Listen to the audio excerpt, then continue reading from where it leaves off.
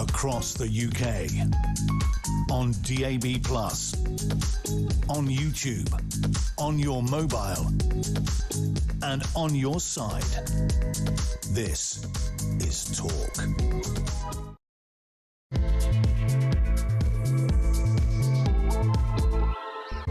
Hello, a very good afternoon to you. Just after 1 o'clock on Wednesday, August the 12th, day 3 of me, David Bull, standing in for Ian Collins. Can I just say thank you so much for all your lovely messages and calls and everything that I've got over the last 3 days. It really is so nice. And as I said to Julia, I really feel as though I've come back to the Talk TV, Talk Radio family. So thank you very much. Right, a really busy show for you this afternoon. Now, as I was saying to Julia, Andy Burnham, who's on a listening tour, by the way, around the country, says middle-class areas must now take their share of asylum seekers too, whilst refusing to commit to stopping small boat crossings by the next election. He probably got caught out when he said he was going to end rough sleeping in Manchester, which he failed to do.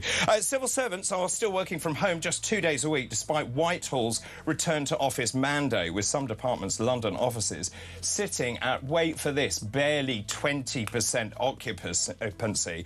And also, every police chief in the UK has signed a letter demanding Andy Burnham block the early release of PC Harper's Killers, warning it risks undermining public safety and confidence in justice.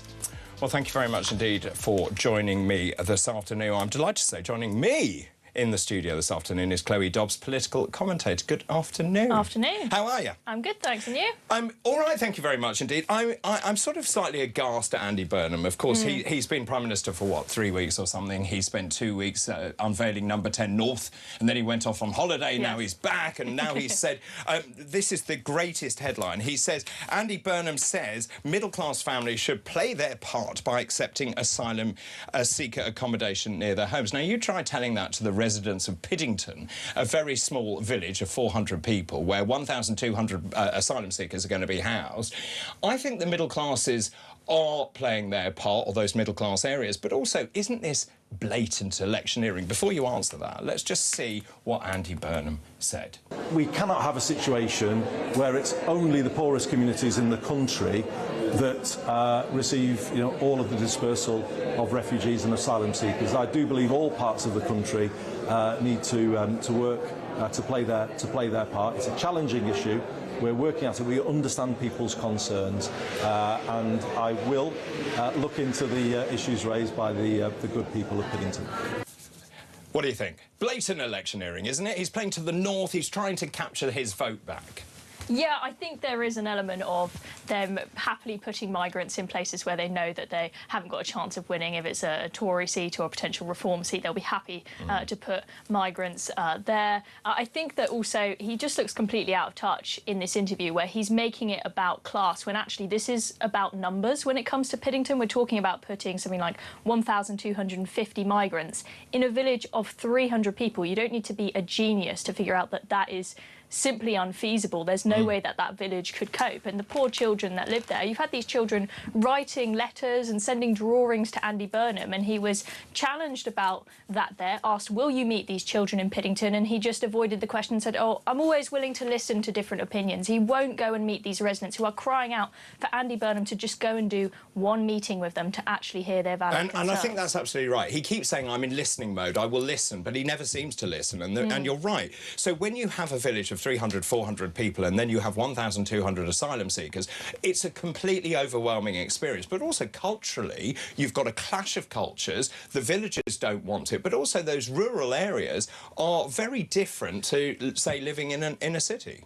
Exactly. When you're in a city, you've got public transport, you've got more GP surgeries, more schools. I'm not suggesting that they have all the facilities necessary, that you will still have problems with GPs and dentists and whatnot being overwhelmed, but a lot easier to deal with it in a city than in a small village. It will completely change the demographic of the village, and I think people are sick and tired of being told they're racist if they say, I'm worried that my teenage daughter might be raped when she walks down the street. I mean, the facts don't lie. We know that certain communities, certain ethnicities are more likely to commit these kind of crimes. Yeah, well, and also, isn't this just negating the bigger issue? When you look at the numbers, 48,000 people are still waiting for this initial asylum claim to be looked at in the United Kingdom. Something like 114,000 are appealing the decision.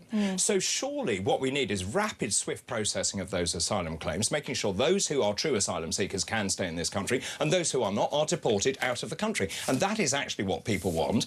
And there is one other point that I'd like to make about that, is why are we allowing people to integrate into those rural communities? This is not a holiday. If you're a true asylum seeker, surely you would welcome food and hospitality and being able to be in a secure environment where you have outdoor space. You don't need to be able to go and roam freely around the countryside with the potential risk that you outlined for those residents. Exactly. Putting 1,250 migrants in Piddington might actually be OK if it's just in those military barracks and they're not able to roam around the community and wreak havoc. If you keep them securely in there, and they'll have outdoor space, they'll be... I mean, it's not prison. Everyone's response is, oh, you can't put them in prison, you can't put these poor refugees in prison. I mean, people go on holiday to these all-inclusive resorts where they never leave the resort. Some of, I mean, they're great. Some of them are in hotels where they've got flat-screen TVs, swimming pools, snooker tables. It's not exactly prison, and I don't think that is an unfair thing to do, given we're so kind to actually let them have the opportunity to claim asylum here, rather than sending them straight back to where they came from or imprisoning them. There are some countries where you'll be imprisoned and beaten if you broke into their countries illegally. Well, well, that's right. And I think also the fact that you get a daily allowance and the buses are put on, for example, so that you can go out into the community. Again, this is not what people want, but it just seems to me that Andy Burnham hasn't quite stepped up to being Prime Minister yet. He's still in that campaigning mode. I mean, the ascendancy into becoming the Prime Minister is extraordinary by any measure. I mean, it was clearly well thought through for a year, 2 years. He obviously then had the by-election, became Prime Minister, and now actually the hard work begins. You know, the idea that you go on a listening tour around the United Kingdom when actually you should be in number 10 in London making decisions. Yeah, I don't think that having number 10 North is suddenly going to mean that he's the man of the people that is listening to everyone. If he's going there, flying there, potentially, he certainly won't be going on public transport, chatting to people on the train, getting to know them.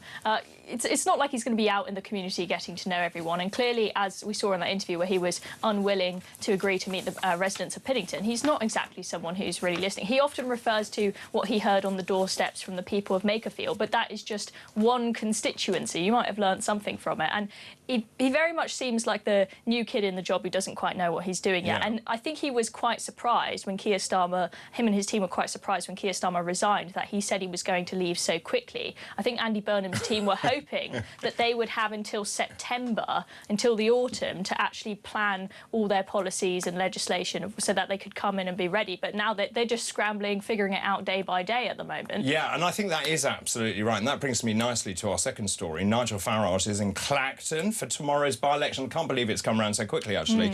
This is obviously the contest he himself called after resigning his seat last month. There's been a lot of speculation about what the outcome will be. Also, the modus operandi, of course. There was the Parliamentary Standards investigation. This was one way of saying, right, we'll put it to the residents of Clacton to decide the outcome. And then, of course, all the major parties decided, right, we're not going to stand. So I think there are 35 candidates taking part in tomorrow's by-election in Clacton. But ahead of the vote, he's now setting sights. He thinks he's going to do so well. He's now setting his sights on Kemi Badenoch's constituency, claiming reform could take half the shadow cabinet's seats at the next general election. And here is how Badenoch reacted when Farage first announced that by-election. What this by-election is a gimmick. This is him wanting to make everything about himself rather than his offer to the country at a time when we have a defence crisis, a retiring Prime Minister, so much change and turbulence. Conservative Party is the only party that's actually focused on the issues that matter to people. Do you think they're silly not to have stood? I think initially it seemed like quite a smart move because it looked initially like it was just going to be Count Binface versus Farage, which actually would give Count Binface quite a good chance if everybody who was going to vote for the Tories, the Lib Dems, the Green, Labour all ended up voting for Count Binface. He could have actually, he could have been in a position to lose it. But now we've suddenly had this flood of independent candidates coming in, and it's so spread out. I think it's, I think the last odds I saw from Survation had Farage on 73% chance to win and bin face on 20% chance. Which is pretty extraordinary, actually, for a bin to get 20%, 1 in 5 of the votes. Yeah, I think it's quite clear that Farage will probably win this, but I think what's going to be important and what he's hoping for is to get a high turnout. So that's why he's putting a lot of attention on this by-election, knocking on a lot of doors, trying to meet every single resident, because he really wants to get the turnout high, with the hope that if, when he comes back, that parliamentary standards investigation continues, even if they found him guilty, they would think that it would be redundant to call yet another by-election, because it would be a big waste of resources and time for a by-election if it's very obvious that he would win once again. And so what is the message? If Nigel Farage does win and he gets, say, 73% of the vote, when I look back at the last result, he got 46% of the vote. That, in many ways, if he gets up to 73% of the vote, he can literally turn around to the establishment to say the people are on my side. I think yes and no. I think it definitely helps him. I think it was a smart move to give him some sense of authority amidst what has been quite a sticky situation with the finances. The headlines have just sort of kept coming on that. It wasn't something that just stayed in the news cycle for a week. More and more things kept being uncovered. I think it will help him, but just like how we all say Andy Burnham doesn't have a mandate to be Prime Minister just because he's got a mandate from Makerfield, the same goes for Nigel Farage and Clacton. You don't necessarily have a mandate to be the leader of the Reform Party if it's just the people of Clacton who have voted much in your favour. Just explain that. But he is the leader of Reform UK, whether he's an MP or not. Yes, he is. But the question is, does he have, you know, the support of the people? He is not just an MP for Clacton. He is the leader of the Reform Party, Right. and if he's looking for some sort of mandate outside of a general election, yes, having the vote of the people of Clacton helps, but you're not exactly showing I've got the support, massive support of all of the people across the country in all different areas. I mean, it's in one safe Reform seat that he's. Well, it's quite. Well, he might have improved his majority, sure. Well, when this first started, and obviously I was quite close to what was going on, when this first started, I thought it was a bit of an odd thing to do, to call that the by-election. But you're right, of course, the headlines wouldn't stopping coming. The Christopher Harp on the £5 million, the money from Fiona Cottrell, for example, and this was one way to put a stop to that, which it seems to have done to some extent. But Nigel Farage is now out and about. There's a brilliant article in the Telegraph today saying that at 10:48 in the morning, he's trying to knock on doors and to campaign, but he can't because he's stopped so many times to have photographs and sign things. And what's interesting about his vote is it's not just the normal people that you would expect. It's kids who've seen him on TikTok, and the kids are saying to the mothers, pull over, there's Nigel Farage. And they want to have a video with him or they want an autograph from him. So that's quite interesting. And the I'm a Celebrity thing has also helped him. Yeah, I think that having a good personality is so valuable in politics. You saw this with Boris Johnson, who was able to become a mayor of London, where at least now it seems like you could only be mayor of London if you're a Labour candidate. And then I think with Andy Burnham, the bit of a Burnham bounce that we are seeing, and he's got on the TikToks as well. He's been inspired. He's clearly seen Farage's success. Yes, his policies may be more socialist than Keir Starmer's, but he just has so much more personality than Keir Starmer, and that will give him a bit of a bounce in the polls. And there's no doubt about that. And it's quite interesting. I asked this yesterday. Of course, we're seeing that Reform has slipped in the polls, or at least in 1 or 2 polls. Labour has gone up. Do you think there's any chance that Burnham will call a general election? I think that there's a small chance, but I'm not sure it would be wise to do so, because it's highly unlikely. It would give him a mandate. It would give him a mandate, but he would probably end up with a smaller majority than Labour currently has. He's quite lucky to have the majority that he has. Yes, they've got rebellious backbench MPs, which means he's not in a position where he can just pass whatever he wants. We saw that with the changes to the with the welfare bill, where they tried to cut £5 billion off the welfare bill and they couldn't do it. But you don't want to end up in a situation like Theresa May, where you call a general election hoping to get a decent majority, and you end up then having to get into a coalition with someone because you fall short of a majority. And so, yes, at the moment he's restricted by the 2024 manifesto, but he might be even more restricted if he ends up being restricted by the terms of, be it the Lib Dems or the Green Party, that he has to buddy up with. I mean, just very quickly, of course, if Nigel Farage does actually get a 73% vote, it will embolden him. He says we're going to take on Essex. Essex, Kent, that estuary, very, very strong for Reform UK.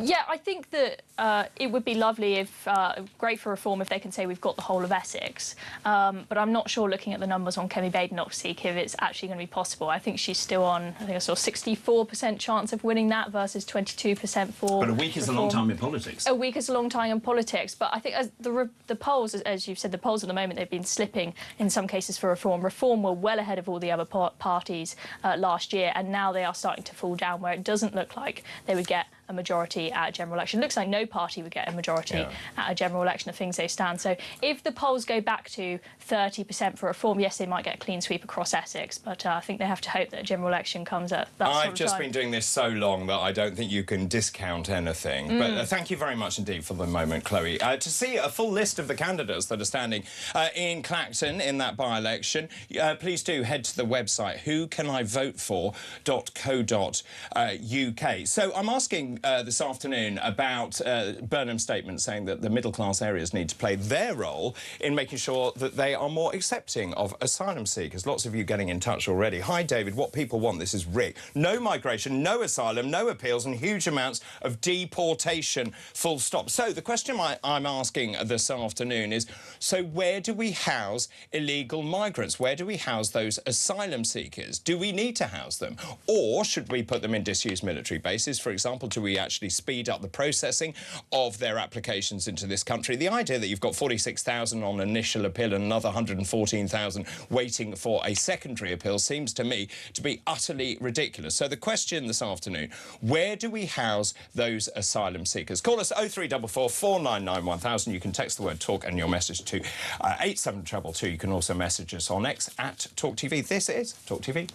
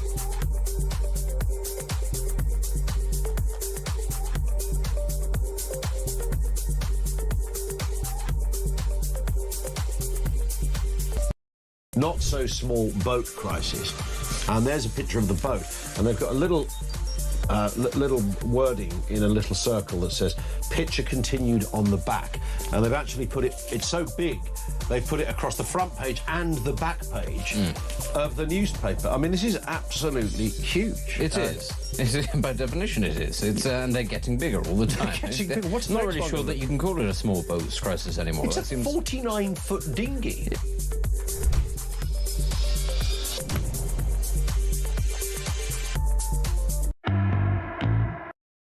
Across the UK, on DAB+, on YouTube, on your mobile, and on your side. This is Talk. This is Talk. Good afternoon. Lots of you getting in touch. Nice to see you back, David Ellis. Good afternoon to you. I'm Northern, and I really dislike Andy Burnham enhancing this north-south divide. I'm ashamed that a Northern MP can act in this shameful way. Putting migrants in small rural areas is disgusting, and he should be listening to us and stopping the boats altogether. So he is not the listening Prime Minister after all. Well, I'm joined this afternoon by Chloe Dobbs. Let's talk about a story where my mouth dropped open this morning when I read it. Spending a penny would cost more at the busiest times under local authority plans for dynamic pricing in public lavatories. So we've seen dynamic pricing, haven't we, in things like Uber, for example. So in peak demand, those prices go up. We've also seen pubs starting to charge more money at more expensive times, such as the weekend. They say that this is to pay for more staff. I would argue the pub does better at weekends because they're actually selling more beer. But anyway, the idea being that if you want to go to the loo in a public lavatory, that at busy times you will have to spend more.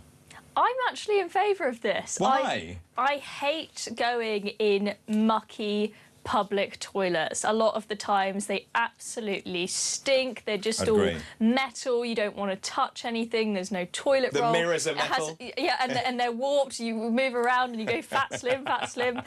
They are disgusting. I like a clean loo, and I would rather pay 20p and go to a nice loo than actually. And also, I would rather be able to go in quickly, right? So that if you put a charge on it, even if it's just 20p, that will deter the people that aren't actually that desperate. So that's a different point, though, because that's charging to use the loo, which I totally agree with. But the difference is, what they're saying is, if you go for a wee on a Thursday, it will be cheaper than having a wee on a Friday night. But if you're a woman, right, the queue for the women's loos is always way longer than the queue for the guys. And if you that's an anatomical problem. If you go to the loo at a busy time, often you're desperate and the queue is miles and miles. If they charged a bit more at that time, so only the ladies that were most desperate to go to the toilet were actually in the queue, you'd get in faster. But maybe all the ladies are desperate. Well, you know what? Or do you just sit there and cross your legs and think, I won't go for a week because it's more expensive if there's dynamic pricing? See, I think the difference between it being, say, 20p and, let's say, £1 max, right? It's quite a lot. I think if you're desperate, I'm quite happy to spend £1 to go to the toilet. But you can afford to. Well, I think £1 is quite a small amount, right? I think the Uber surge pricing is a bit different because it's another matter when you're a young woman trying to get home late at night when it's unsafe and you try and get an Uber and it's something like £100. Many women are going to look at that and say, I can't afford that, so I'm going to have to try and get home in less safe ways. I think that's quite different. And the same goes for other things, whether it's pints at the pub. If it goes up from, say, £7 to £10 for a pint, I mean, that's more breaking the bank. But going from 20p to £1 to spend a penny... Can you understand this dynamic pricing for beer? Because I just don't understand that. I think you have to look at it as a pub and see what is going to maximise my profit, right? I mean... But you have more people at the weekend, so you're making more money because you're selling more. So why are you charging more? Well, if you think... Because you're greedy. If you're greedy. No, but the publican. It depends what your aim is as a publican, right? Do you want... To stay afloat, probably. At the moment, that is for most publicans. And if it's the case that you think, the number of people you're going to lose versus the extra money you're going to make is going to be worth it to do the surge pricing at a time when they've got sky-high national insurance, the minimum wage has gone up, the energy price... I mean, we couldn't be living in an era when the government is more anti-business. So many pubs are shutting down. If they have to do that to stay afloat, I'm OK with that. But if a publican's view is, you know what, I'm already making enough money to stay afloat and I just want as many people in the community as possible to enjoy the pub and enjoy the beer that we've got, then don't do it. Yeah, I get that. Just going back to loos, because I'm slightly obsessed with this, they're also going to put in contactless systems so that you can use the loos. I think that's quite a good idea. I used a contactless payment loo in Bath the other day. Did you? I did. How was the experience? Was it a clean loo? It was a clean loo, yes. Right. And it was 20p. But initially I thought, oh, gosh, I'm desperate, but I haven't got a 20p coin because so few of us carry cash with us now. Well, that's right. But it's good if there are two options, because some old people just carry cash around with them. That is right. And lots of elderly people, I think we say say elderly, not old, but elderly people elderly, can't better. use contactless or don't wish to use contactless because they don't like it. I know my mum still can't figure it out, and she's not very elderly. Well, I bet she's very young indeed. Good afternoon to you, Chloe's mum. I mean, the other problem is, of course, there aren't enough loos. They've gone down from 2,111 to 1,747. I was also intrigued to read the council is not obliged to provide public loos, which I thought was extraordinary. Yeah, I have to say it was quite a shocking experience moving from Cornwall to London and realising if you go into central London, there's often absolutely no... You have to go to a pub. You go into coffee shops, you say, have you got a toilet? And they say, no. OK, so people can sit here and have lunch and everything, but they can't go to the toilet. So that is my bugbear. You're selling drinks which make you go to the loo, but you don't provide a loo. I know, it seems mad to me. If you go to America, every single shop and business has a toilet, and even if you come in and you haven't bought something and you say, can I use the toilet, they say, absolutely, go ahead. Completely different culture there. But when it comes to the loos, there are so many councils that can't afford to keep the toilet blocks open. If they had a bit of... I would rather pay and there be a toilet to go to... I would agree with than that. there be no toilet whatsoever. Because it's more expensive to have to go into a pub and buy a pint in order to go to the loo. Particularly with surge pricing. Exactly. Yes, quite right. Andy Burnham is going to chair a COBRA meeting this afternoon, apparently, on the extreme heat. It's hot. I mean...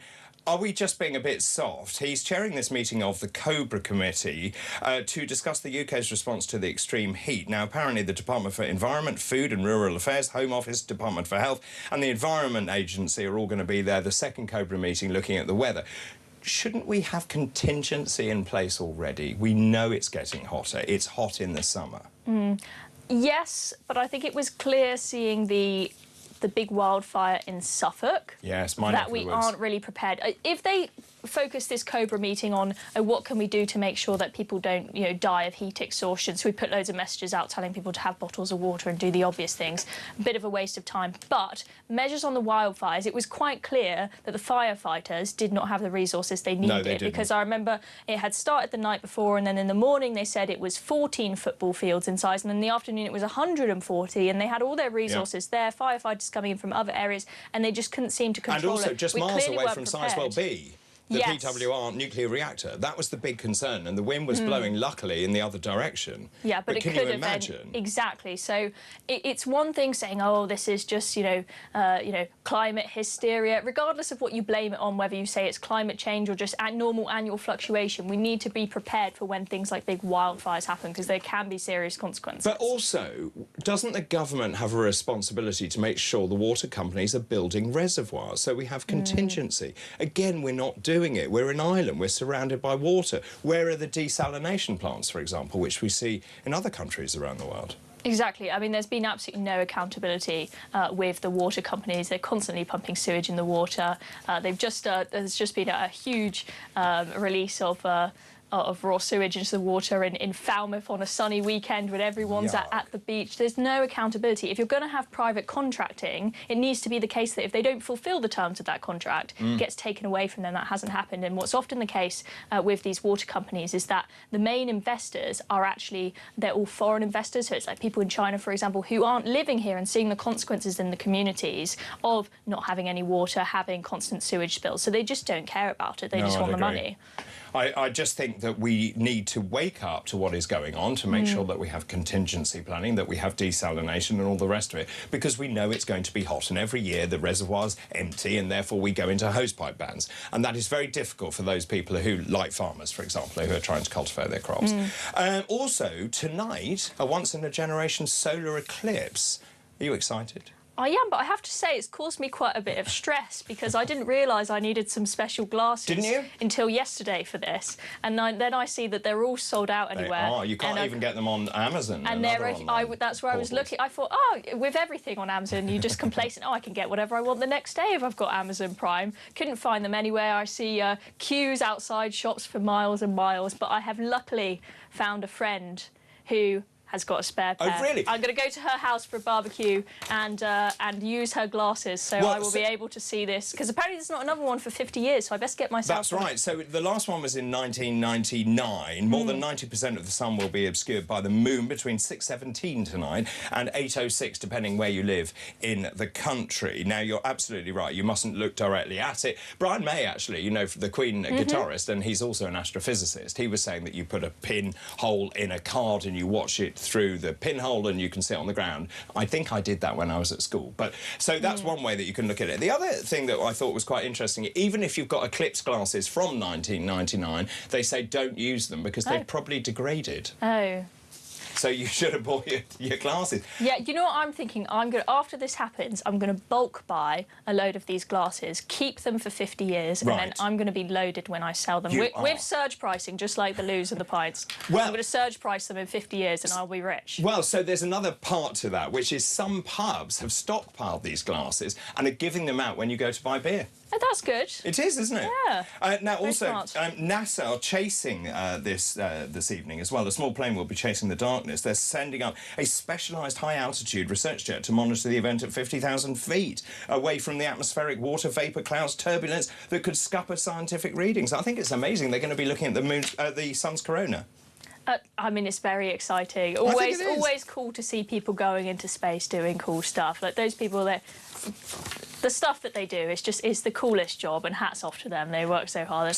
So Spain apparently is one of the places where you'll get an amazing view of this eclipse today, and some very clever people have bought, say, tickets for yachts, and they're then reselling this so that you can go and float off in a yacht, sit in the middle of the ocean and watch the eclipse from that. People are paying the most ridiculous sums. So at St Regis Maraval in Mallorca, they have a stay at the hotel, a private yacht called La Dragonera, meditation classes at sea, and catering, and the price, it's a very cheap £13,000 per person.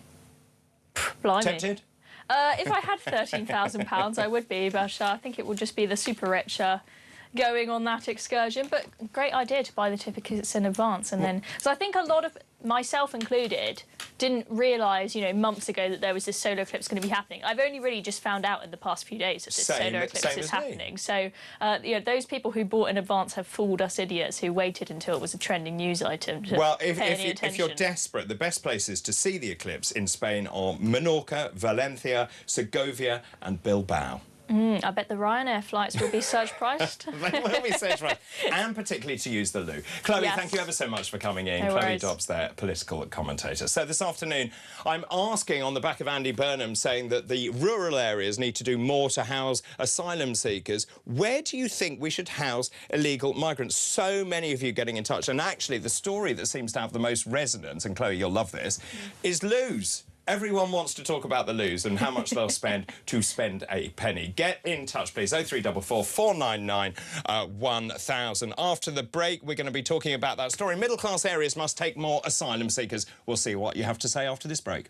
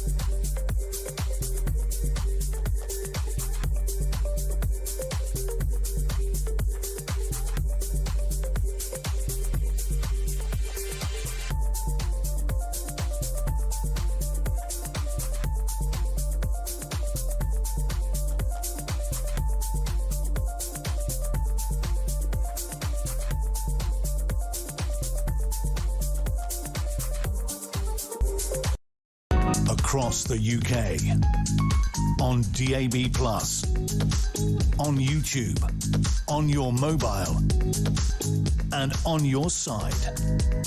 This is Talk. Welcome back. It is 1:35 on Wednesday, day 3 of me standing in for Ian Collins. Thank you very much indeed for your company. I told you that the story that is having the most resonance this afternoon is about these loos. David in Canterbury said, David, I lived in the former East Germany for a while, 25 years ago. The public toilets I used were always manned and you had to pay to use them, and normally they were spotless. This is Suze. I'm a state pensioner and I cannot afford to pay £1 to spend a penny. Many people won't pay and will seek an alternative, and this will lead to public urination and worse, Suze. This from Patrick. Pubs are already extortionate. Dynamic pricing simply means more people will reject them.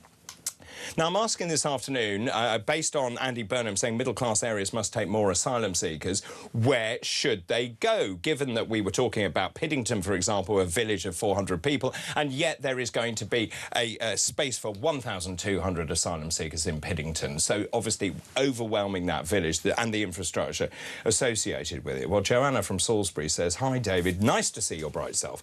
Now, I think they should be housed on Salisbury Plain in a massive area, Camp Bastion-style tents with all mod cons. It was good enough for our servicemen in Afghanistan with all temperatures. Turn into military prison camps complete with fences and the military security that are already there. Joining me now, Brendan O'Neill, Chief Political Editor of Spike. Good afternoon. Hi, David. How are you? I'm good, thank you. What do you make of this? Andy Burnham saying that middle-class families should play their part by accepting asylum seeker accommodation near their homes. I keep mentioning Piddington. 400 people live in that village, and yet 1,200 asylum seekers are going to be put in that village, overwhelming the infrastructure and that rural community. And, of course, you've got massive differences in terms of ethnicity and culture. You know, on the one hand, I can kind of understand what Andy Burnham is saying, because it has been the left-behind working-class parts of Britain which have borne the burden of illegal immigration. And I think Andy Burnham is implicitly admitting that it is a burden that should be shared out a bit more fairly. But the problem I have with his suggestion is that it's so fatalistic, because what he's really saying is there's nothing we can do to stop these daily arrivals of hundreds of men from foreign countries. There's nothing we can do to prevent them from coming here. There's nothing we can do to deport them. So we've got to share them around the country. There's something so fatalist and so cowardly about that. And what I think the government should be doing is getting a handle on this, policing the borders properly and deporting people who shouldn't be here. And that is exactly what our viewers and listeners are saying. When you look at those asylum applications, 48,000 people, this was at the end of March of this year, there were 48,000 people waiting for the initial asylum application to go through.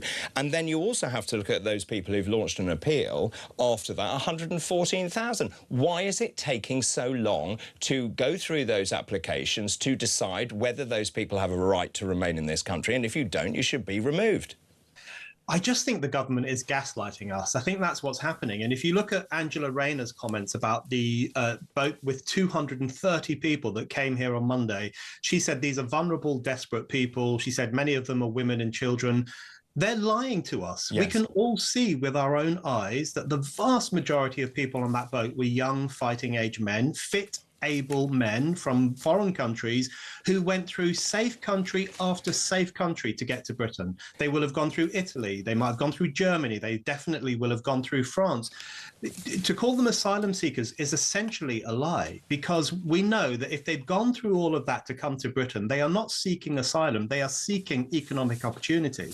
They are seeking welfare. They're seeking the hotel and the food that they know they will get, and they also know they won't be deported from this country. So it's just so much doublespeak in relation to this, so much Orwellian misinformation. And I think the starting point to dealing with this problem is being honest about it and recognizing that the vast majority of the young men who come here on small boats are not asylum seekers. And of course, there is no doubt that the tensions are running extremely high. We saw 15 people arrested in my neck of the woods in Thetford in Norfolk over RAF Barham. This is the fact that the government is planning to convert the Barham, a former military base, into asylum seeker accommodation. It was also very interesting today, in terms of timing, that the Home Office then tweeted. They said 13 more asylum hotels have closed and then listed them, followed by another tweet just a few minutes later saying fewer than 160 asylum hotels now remain in use across the country. That seems to me extraordinary timing, given what Burnham said this morning. Yeah, sometimes I can't believe what the government is doing. This is a recipe for social conflict because everyone was very angry about the migrant hotels because so much money was being spent on them, millions every day. And the hotels tended to be in more working class areas and people were ticked off with this whole situation. But what they mean when they say that migrant hotels are being closed down, what they mean is that the inhabitants of those hotels, which tend to be young men, we can see that in the footage you're showing now, they're being moved into local communities. They're being moved into houses of multiple occupancy. They're being put next door to hardworking families who, if we're going to be frank, don't want them there. And the reason they don't want them there is not because they're racist. It's not because they're xenophobic. It's because they know that these men have come to this country illegally. They are often undocumented. We don't know that much about them. We know they come from countries where women are not treated equally and where there is lots of prejudice against Jewish people and where there are lots of other social problems. So it's understandable that people don't want 20 of them or 100 of them turning up in their community overnight. You know, we have to come up with a genuine solution to this problem. And I think it has to be the policing of the borders, much swifter deportation, and an asylum system that actually works for genuinely vulnerable people rather than for these opportunists. But the minute that you say that, and Reform UK said in Operation Fortress that is what they would do, they would put a fleet of military ships in the Channel, they will turn back those people who come here illegally, they will detain people, they will deport them. If you come back again, you're committing a criminal act and you will therefore be imprisoned. Now, then there are cries of, well, you're racist by doing that, or at least by saying that that is what you would do. You know, I just don't think that you're absolutely right. That is what is said all the time. I just don't think it works anymore. I think that defamatory insult that is hurled at working class communities in particular, that they are racist, they're xenophobic, they're stupid, they're gammon, it's not working anymore because people are at the end of their tether. They recognize that the government has let our borders go to rack and ruin. They don't care about this country because when a government fails to defend a nation's borders, what it's fundamentally saying is that there's nothing in the nation worth defending. Our communities, our identity, our history, none of it is worth defending. None of it is worth putting a fence around and protecting it from other people. That's what they're saying. They're showing a stunning lack of regard for the country itself. And that's what people are angry about. They don't hate foreigners. They love sovereignty. They love the idea of living in an independent, free nation whose borders are properly policed. That's what people want. It's not hatred that's driving them. It's a real commitment to the future of this country. And I think the government underestimates the level of anger around the country. And you saw that in Epping, where you saw perfectly decent, hard-working people saying, we have had enough of what you're imposing on us. And it seems to me when Andy Burnham says these middle-class areas need to do more to house asylum seekers, that to me is blatant electioneering. He's trying to shore up the vote in the northern areas where he knows he's not doing very well. Other parties like Reform UK doing extremely well in what are tribally, traditionally Labour areas, and he's trying to shore that vote up and trying to get back on the front foot. Yeah, absolutely. It's cynical electioneering. It's not coming up with genuine solutions to the border crisis, and instead it's just kind of tweaking at the edges in order to please certain constituencies and in the process annoy other constituencies.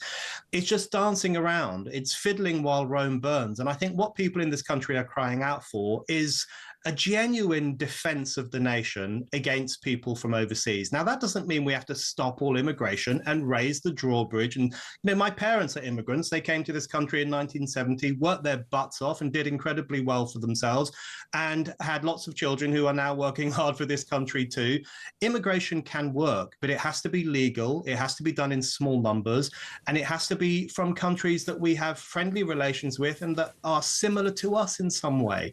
That's all that people want. They are not calling for us to become a hermit nation like North Korea. They just want common sense to come back. And that's one of the reasons so many working class voters in particular are moving from Labour towards Reform, because they trust the borders with Reform far more than they do with Labour. And so that is the most important point. What I cannot understand is when you have constituency members of Parliament who really should understand what their constituents are saying and what they are feeling, why are they not putting pressure on the government to act decisively to ensure they do exactly what you say, which is to have rapid processing, turning around the boats. I mean, when you look at those numbers, we spent, what, $4 billion last year on accommodation and support of 107,000 asylum seekers. Since Burnham came to power, another 3,000 have come here illegally. It is not stopping.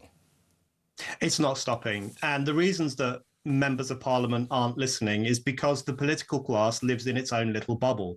They have got SW1 brain. They all think the same, not all of them, but a lot of them think the same way, hold the same prejudices.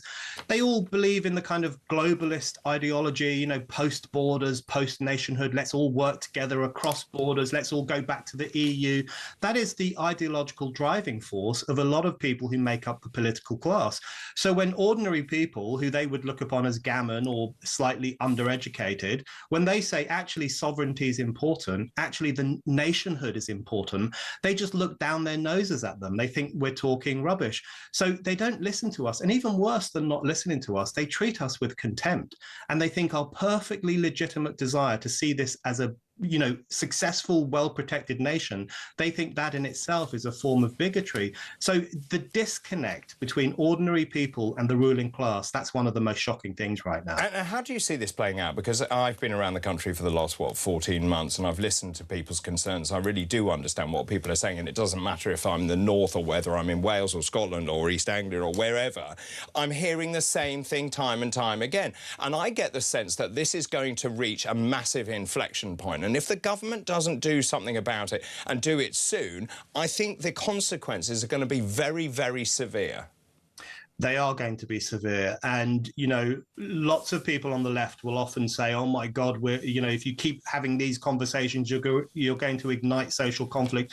The thing that could potentially ignite social conflict is ignoring these problems, brushing them under the carpet, pretending that they don't exist. What I want is a free, frank discussion about the social conflict that has been nurtured over the past couple of decades by successive governments who've led our borders to go to rack and ruin, who've instituted mass immigration against the democratic will of the people. We need to talk about the divisions that have been caused as a result of that.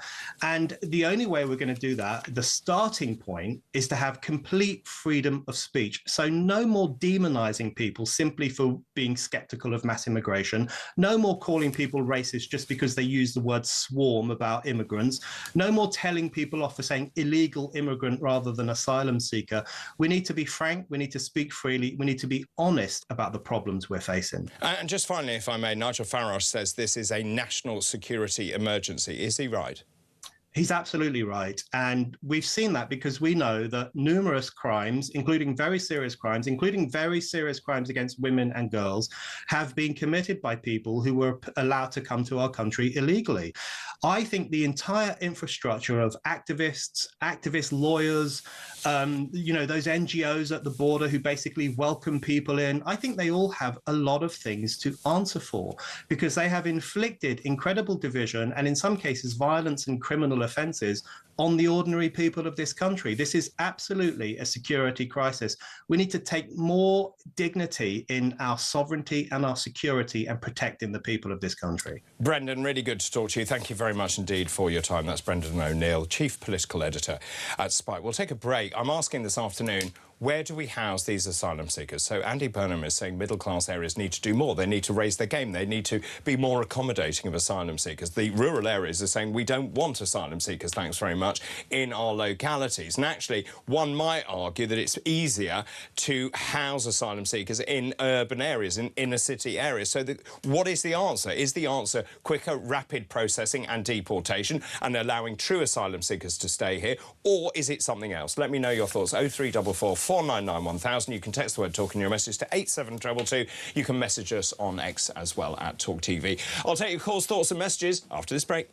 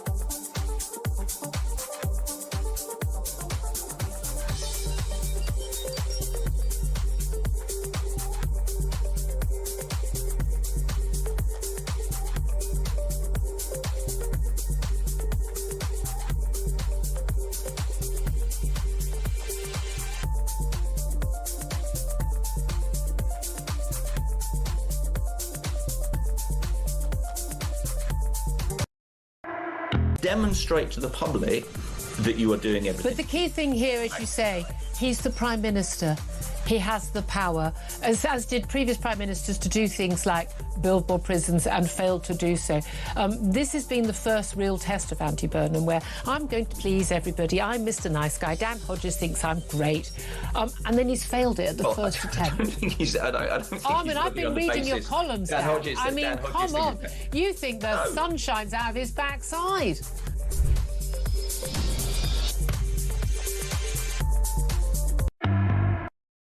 Across the UK, on DAB+, on YouTube, on your mobile, and on your side. This is Talk.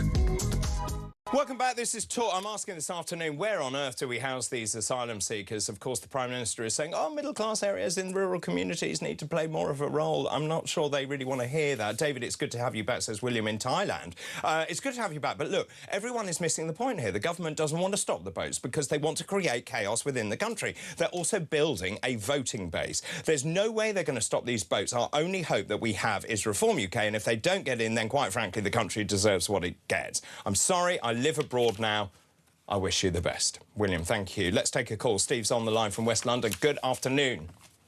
Good afternoon, David. Nice to see you back on the air. That's really kind, thank you. I mean, Andy Burnham is saying middle-class areas need to do their fair share and have asylum seekers. Has he been to the country?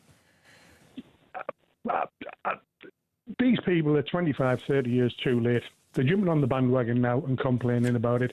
What about the working-class areas that have had 250,000 children abused? For 25, 30 years, they've been called racist and bigots and everything else. And it's karma coming home to roost. And these are the areas, the typical Liberal voting areas, wet Tory voters that just called everybody in the north, the Midlands, whatever the working class areas were, you're all racist and bigots. Just accept these people, accept their culture, accept their big monstrosity buildings and everything else. But now it's on their doorstep. They are now up in arms, and rightly so. I feel for these people, but all I can say is welcome to the party. I said this earlier, that I really feel there's an inflection point coming. The depth of anger, and it didn't matter where I went, if I was in Liverpool or Manchester or Hull or whether I was in East Anglia or wherever, the level of anger from people who work extremely hard in this country trying to put food on the table was massively overwhelming. It has been, but their problems have been a lot of their problems have been caused by mass immigration since the back end of the 90s when Blair started this. Yeah. They are working class people.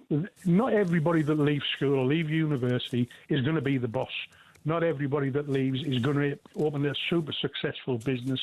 There are people that are just happy to go to work, but they want to earn enough money to live on. Their wages have been suppressed by mass immigration. So they've never been given a chance, and now they're really struggling. Now they can't get houses. The public services are under massive pressure. And this isn't just an accumulation of over time people have got lazy.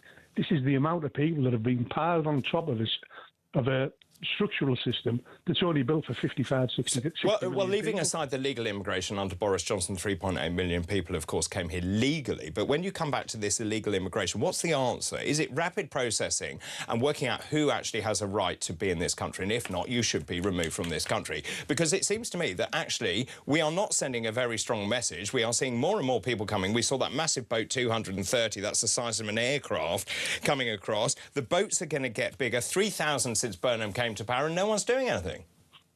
I think the biggest problem they've got is a lot of these people are turning up undocumented. Yeah. And it's really... Well, because they throw their passports in the sea. Yeah, but if they're throwing them in the channel, then somebody somewhere, as they've traipsed across Europe, has got a record of these people. Nobody can tell me that they've managed to come from either across the Mediterranean or from Turkey or land border along the Eastern Europe, got into this country without some type of documentation. And to travel across a whole continent without at some point having to produce identification to some authority, whether it be a police officer, be it immigration, be it whatever. Somebody's got a record somewhere of these people. They're rocking up here. Our governments are that weak that they're not bothered. and they just foist them onto the people. Well, and we keep spending money, don't we? We keep paying the French for doing a terrible job. Really good to talk to you. Thanks ever so much, Steve. Jane's in Somerset. Good afternoon. Good afternoon. What's your point, Jane? I want Andy Burnham. I wanted to talk about his claim that middle class, whatever he calls it, are supposed to take more responsibility for housing people. Yes. Now, due to what Starmer did and Andy Burnham inherited, we pay more tax. Yes. Andy Burnham has not done and doesn't propose to do anything more with that extra tax to house these immigrants. Why should we pay twice? Yeah, well, of course, and the tax burden will go up in the budget in October. Yeah, absolutely. And he won't do any more. But you see, don't you think it's interesting that in all those pledges in the first few days of his premiership, he mentioned loads of things. He didn't mention immigration once. No, he didn't. And I wonder why. I'm still questioning that. Well, I think he hasn't got the answer, to be quite honest. But do you get the sense also that the British people, and they're long-suffering, and the British people are great people, but I think they've really had enough of this? Absolutely. We are so cross about it all, and there's nothing we can do because nobody's listening. Nobody's listening. Jane, really good to talk to you. Thank you for your call this afternoon. Hi, David. Re the illegal migrants. Is there no way, based on the crime, including murders, rapes, etc., social destruction and the terror in communities, we as a population take the government to court? Great idea. This is interesting. Steve says, ask these refugee supporters. They themselves should take in an illegal immigrant into their own home. I wonder how many of them would actually do that. Lots of others of you getting in touch as well, saying the government actually needs to take control of this before something else happens. Lots of other messages coming in. Keep all of those coming in. So Andy Burnham saying that middle-class areas need to take more responsibility to allow asylum seekers to assimilate in their communities. What I can tell you is, looking around Ipswich, for example, in East Anglia, what I see is young men hanging around in the centre of Ipswich, which was once a very proud market town. It has been decimated by legions of foreign men who do not work, who are standing around selling drugs and getting up to nefarious things all day long, and something needs to happen about it because the indigenous population are moving away from those centres. So the question this afternoon, where do we put these asylum seekers? 0344 499 1000. After the break, we're going to be talking about the latest political roundup. I'm going to be joined by Jamie Jenkins.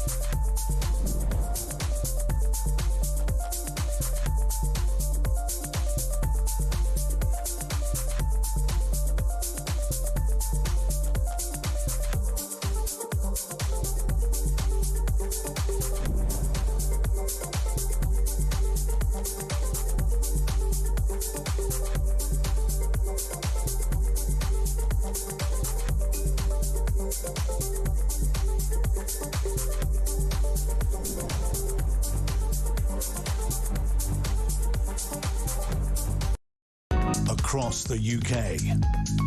On DAB+, on YouTube, on your mobile, and on your side.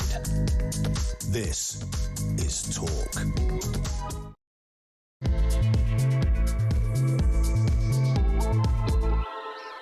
Hello, very good afternoon to you. It's 2 o'clock now on Wednesday, August the 12th. I'm David Bull in for Ian Collins. All week this week and next week as well, you lucky things. Right, let's look at the latest news. Well, Andy Burnham, and this is the topic we've been talking about in the last hour, says middle-class areas must now take their share of asylum seekers too, whilst refusing to commit to stopping small boat crossings by the next election. Unbelievably, civil servants are still working from home just 2 days a week, despite Whitehall's return to office mandate, with some departments' London offices sitting at an extraordinary 20% occupancy. And every single police chief in the United Kingdom has signed a letter demanding Andy Burnham block the early release of PC Harper's killers, warning it risks undermining public safety and confidence in justice. So some big stories this afternoon. Do get in touch, please. The phones have been red hot, actually. I've been asking this afternoon, based on Andy Burnham saying that the rural areas, those middle-class rural areas, should take more of their fair share of asylum seekers. Well, I'm not sure that's what people in those areas understand, and also I'm not sure that Andy Burnham's been to some of these rural areas to see the decimation that's happened, for example, in Piddington. 400 people in a village and 1,200 asylum seekers. How does that work? Completely overwhelming the infrastructure. So the question is, where do we house these illegal migrants? Should we be much tougher?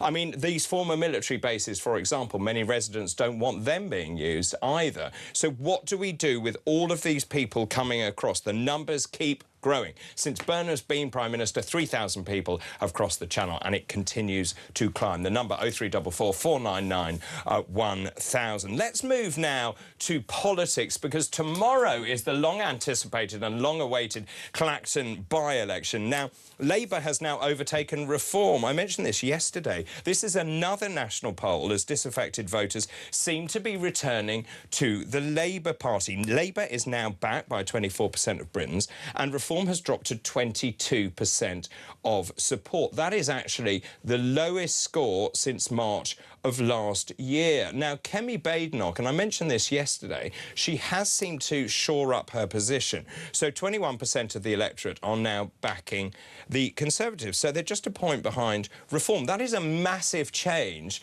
from, say, a few months ago when Reform was riding high at 31%. But where are those Labour voters, or the new Labour voters, coming from? Well, they seem to be coming from the Green Party and the Liberal Democrats. The Greens are down a point. They're on 12%, and the Lib Dems are also down a point, and they are at 11%. Joining me now is Jamie Jenkins, who is a statistician and political commentator. Jamie, very good to see you. Long time. Yeah, good to see you back on the air, David. Oh, that's very kind. Tell me what's going on. I mean, obviously, I've been away doing this and that and been vaguely involved in politics. What's your reading of this? Because Reform was riding high in the polls for the last year, going from about 26%, 31%. That was the highest level for Reform UK. Is this a blip, or do you think something more significant is happening? Yeah, well, I think start with Labour first. It's no surprise that I always thought Starmer was, obviously, he was at his lowest ebb when he got to the May elections, and you could see in Wales, Labour lost power in Wales, and it's the first election they've kind of lost, if you take Wales nationally, for 100 years. So Starmer going, some of the Labour voters who have kind of deserted Keir Starmer had gone, and some of them had gone to Reform, some of them had gone to the Liberal Democrats, and some had gone to the Green Party. So Reform losing some voters is probably just a little bit of the Burnham bounce that people are talking about. And Zach Polanski's had some challenges in recent weeks as well. So some of the Green Party kind of voters going back over, and the Lib Dems. So where we are, very interestingly, though, David, if you do look at the actual polls, is with having three key parties, it's such a tight, narrow kind of top three overall. If you did have a general election tomorrow, you're probably heading into kind of a hung parliament, depending on where obviously the seats land with all of these different, because obviously 22% nationally might be that you get a high percentage in one area, a low percentage in another area. So it's quite interesting. I'm not surprised we've had the Burnham bounce, but we're in the Burnham honeymoon period. And he hasn't really had to do a lot. He hasn't had any scrutiny in Parliament yet. So when we get to the autumn and we have to have a budget and the real work starts, will that bounce continue? That's the thing we'll be looking out to see. Well, already our callers are saying they are very worried about that budget. We believe there are going to be sort of tax rises of £25 billion, despite the government saying they're not going to increase tax on national insurance or VAT. Well, clearly, they're going to raise revenue from somewhere. We're already struggling. Food prices at the highest level I can remember. The energy costs off the scale, the obsession with net zero. And so, imposition of more taxes, I can only see Labour struggling with the electorate. Yeah, well, he's kind of snookered her in some sense if he says he's going to stick to the Labour manifesto, because they talked about not putting up taxes. And what Reeves and Starmer did is they just froze the income tax threshold. So whilst they didn't increase the taxes themselves, as people earn more money, more and more people are paying higher rates of tax, and you get that fiscal drag is what we call it. So where's he going to find the money? That's interesting, because we're borrowing so much money, David, that ultimately, you know, if you look at your debt to GDP ratio, it's approaching 100%. You've got two ways of fixing that. You either borrow less, which either means taxing more, spending less. The backbenchers won't let them cut the benefit system. So how are you going to tackle a big spend on that? Or you grow the economy. And we've got the GDP figures out tomorrow. Be interesting to see what they show. But we haven't really been growing much at all as a nation. So I think Burnham, you know, he's talking a good game, isn't he? He's coming out, he's doing these tours, he's seen as the fresh face of the Labour Party. But, you know, anything would be an improvement on Keir Starmer. I think the concern you've got to remember is that, OK, they may have changed the manager, but the cabinet behind him and many of the key positions, you're talking about the small boats there, it's the same Home Secretary in charge. So just changing the manager or the leader, is that going to change the overall kind of dynamics of the team? That's one thing we're going to see as we move into the autumn. And certainly just in terms of that, given, as you said, the real work begins when Parliament comes back, I was reading what Nigel Farage was saying, and when I last spoke to him, he said there's no way there'll be an election until 2029. He seems to have changed his position now. He says a general election could come sooner. Do you think so? Well, it'll depend. The poll you're talking about, it'll depend how those polls continue. So if Labour can manage to get a 2, 3, 4, 5 point lead with some policies, and what Burnham is talking about is some popular stuff. You know, the thing is, they promise a lot in these manifestos, but when it comes to actually getting in and delivering things, you tend to find, like, when Labour were promising certain things, or the Tories in the past, they get in and say, oh, actually, things are a bit different than what we thought. So then they get in, they get the mandate, but then they don't deliver on what they said they would do. But what Burnham's would struggle with that, David, is the fact that obviously the Labour Party are already in charge. So whatever they put in a new manifesto, they need to actually act upon that. So I think one of the things you touched upon with net zero and the cost of energy, that would be, you know, it's not a tax to some extent when you pay your energy bills, but it's a cost to a household, and it's a significant cost to the household. So if you could get energy costs down, that would be tantamount to a huge tax break.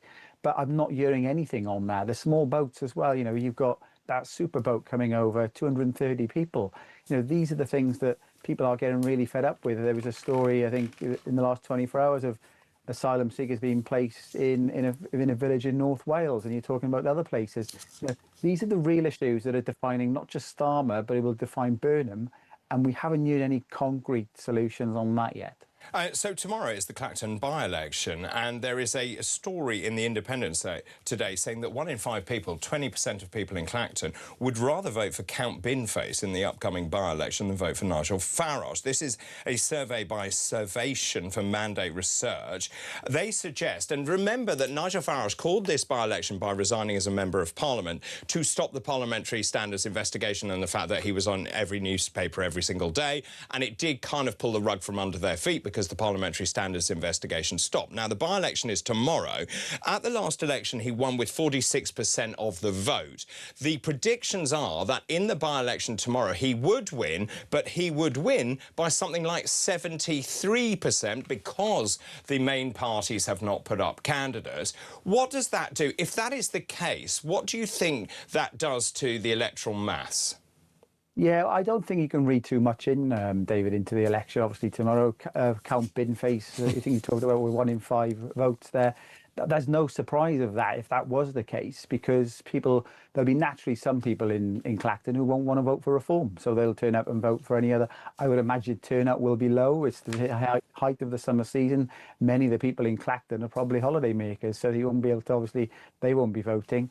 But it'd be no surprise if there's a massive majority for reform and Nigel Farage in the Clacton by-election.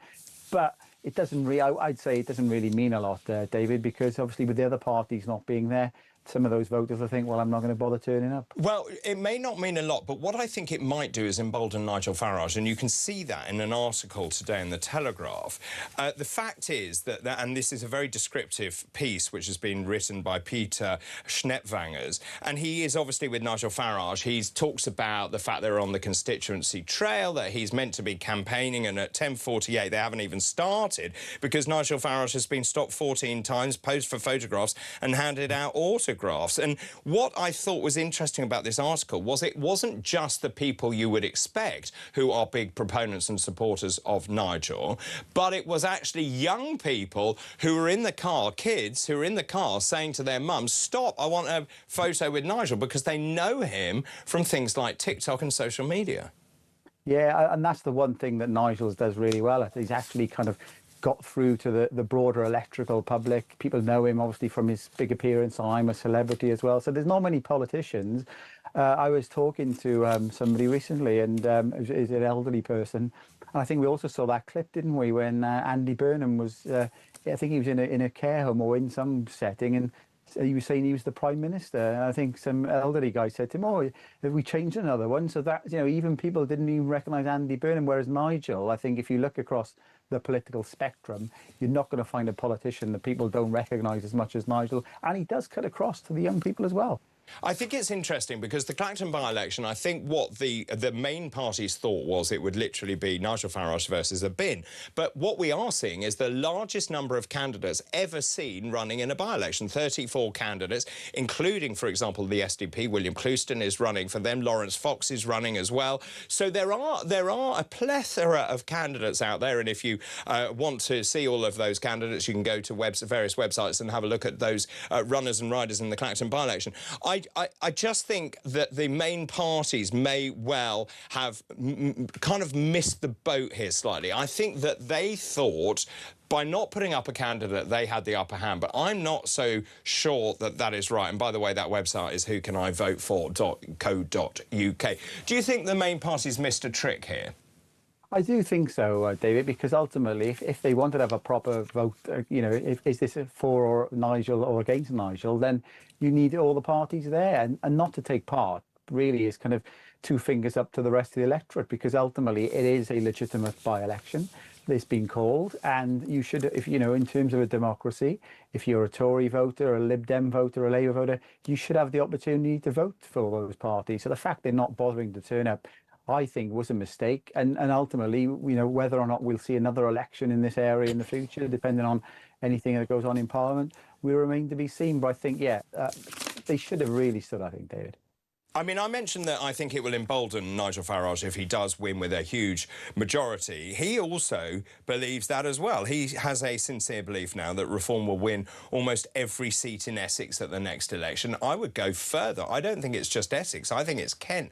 I think it's that whole Thames estuary of people who are hard-working Brits, the type of people who we saw at the Bell Hotel in Epping, for example, who were demonstrating against the illegal migrants going there. Sways of those areas. I mean, when I drive through from Suffolk into East London, I see the flag of St George everywhere. Hugely patriotic areas through Essex, and I think he's right. I think that may well be very fertile ground for Reform UK if there is to be an election sooner rather than later. No, I think you're right there. You only got to look at kind of the barometer of the local elections, haven't you? And you can see where the hot spots for reform in different parts of the country are. They did relatively well, in the local elections, winning many, many councils. And there are just plenty of fed-up people. So what will remain to be seen, really, is that where Boris Johnson, obviously, with the kind of in the northern areas, he managed to swing some of the Labour voters over to there. Some have kind of gone over to Reform in the local elections. where will they land? Ultimately, you've got that very tight race at the top of politics. Very, very few percentage points between them. And ultimately, if you're kind of voting for a party towards the right end of politics, you've then got Reform. You've obviously got the Tory party. There's Restore in there. Then you've got the Lib Dems, the Greens, the Labour, more towards the left. And it'll depend where Burnham goes on this one, David, because historically he's been known as more kind of towards the left of Keir Starmer. But if you're talking of stopping the boats, cutting benefits, that's more to the right. So is he going to be doing policies that he thinks is popular, or is he going to be doing policies that he actually believes in? And that authenticity is a key part of being a Prime Minister as well. Yeah, I would agree with that. Interestingly, Nigel Farage also says in the Midlands and the North, the Conservative Party is dead, it is finished. Do you think that's true?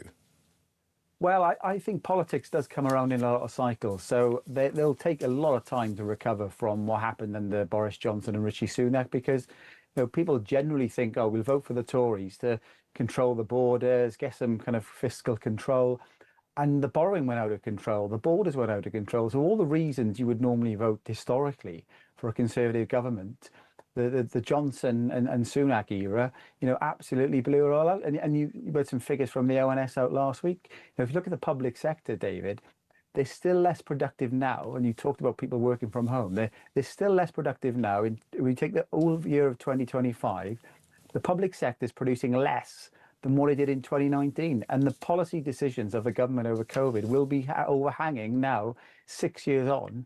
And we still got a public sector. And what are the government doing? This government, the previous government, taxing us more.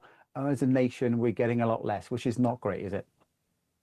Jamie, always good to talk to you. Thank you very much indeed for your time. That's Jamie Jenkins there, statistician and political commentator. Keep those messages coming in, please. I'm really keen to see what you think about the shape of politics generally, the Clacton by-election, what you think the outcome will be. Does it embolden Nigel Farage if he gets back with a much bigger majority? Was it a mistake of the other parties not to stand against him? But also, where do we house these illegal migrants? 0344 499 1000. Text the word TALK and your message to 87222. You can message us on X as well at talkTV. You can also send us a WhatsApp. Do get in touch. After the break, I'm going to be talking about the point that Jamie raised there about the number of people working from home, particularly if you work for the state. I'm going to be joined by Amir Katecha after I've heard from all of you with your calls, texts and messages.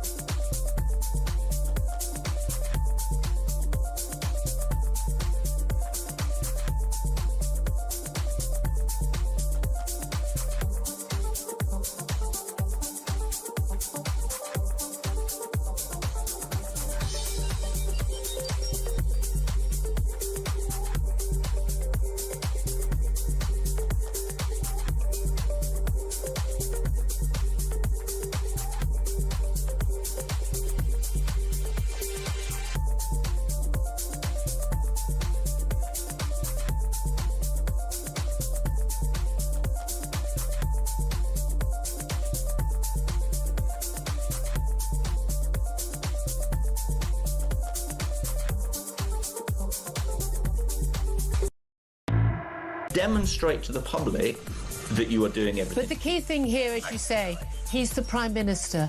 he has the power, as did previous prime ministers, to do things like build more prisons and failed to do so. This has been the first real test of Burnham, where I'm going to please everybody. I'm Mr. Nice Guy. Dan Hodges thinks I'm great. And then he's failed it at the first attempt. I don't think he's. I don't think I mean, I've been reading your columns, Dan. Hodges, I mean, come on. You think the sun shines out of his backside.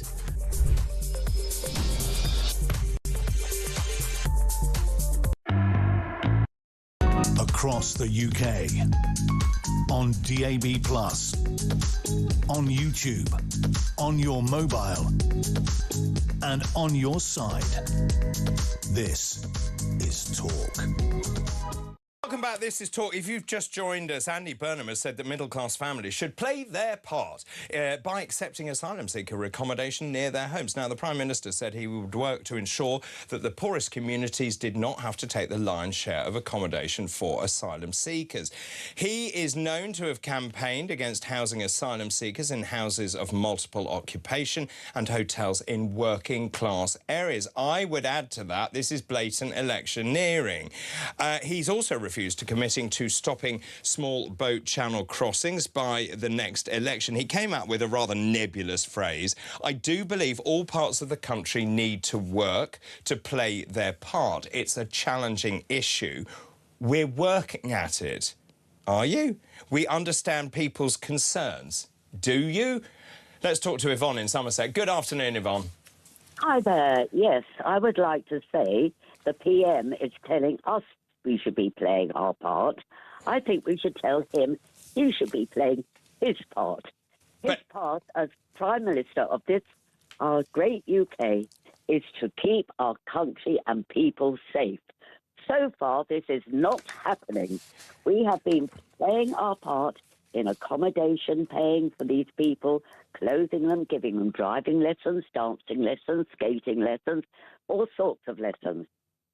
Yeah, I don't think it's fair for him not to do his part, close our borders, stop sending boats out to bring them in, and stop paying the French to keep them over there, because the French are not doing that. I mean, it's interesting, actually, reading the papers this morning. Clearly, the French are watching these asylum seekers, illegal immigrants, getting into the boats. They are not responding to anything.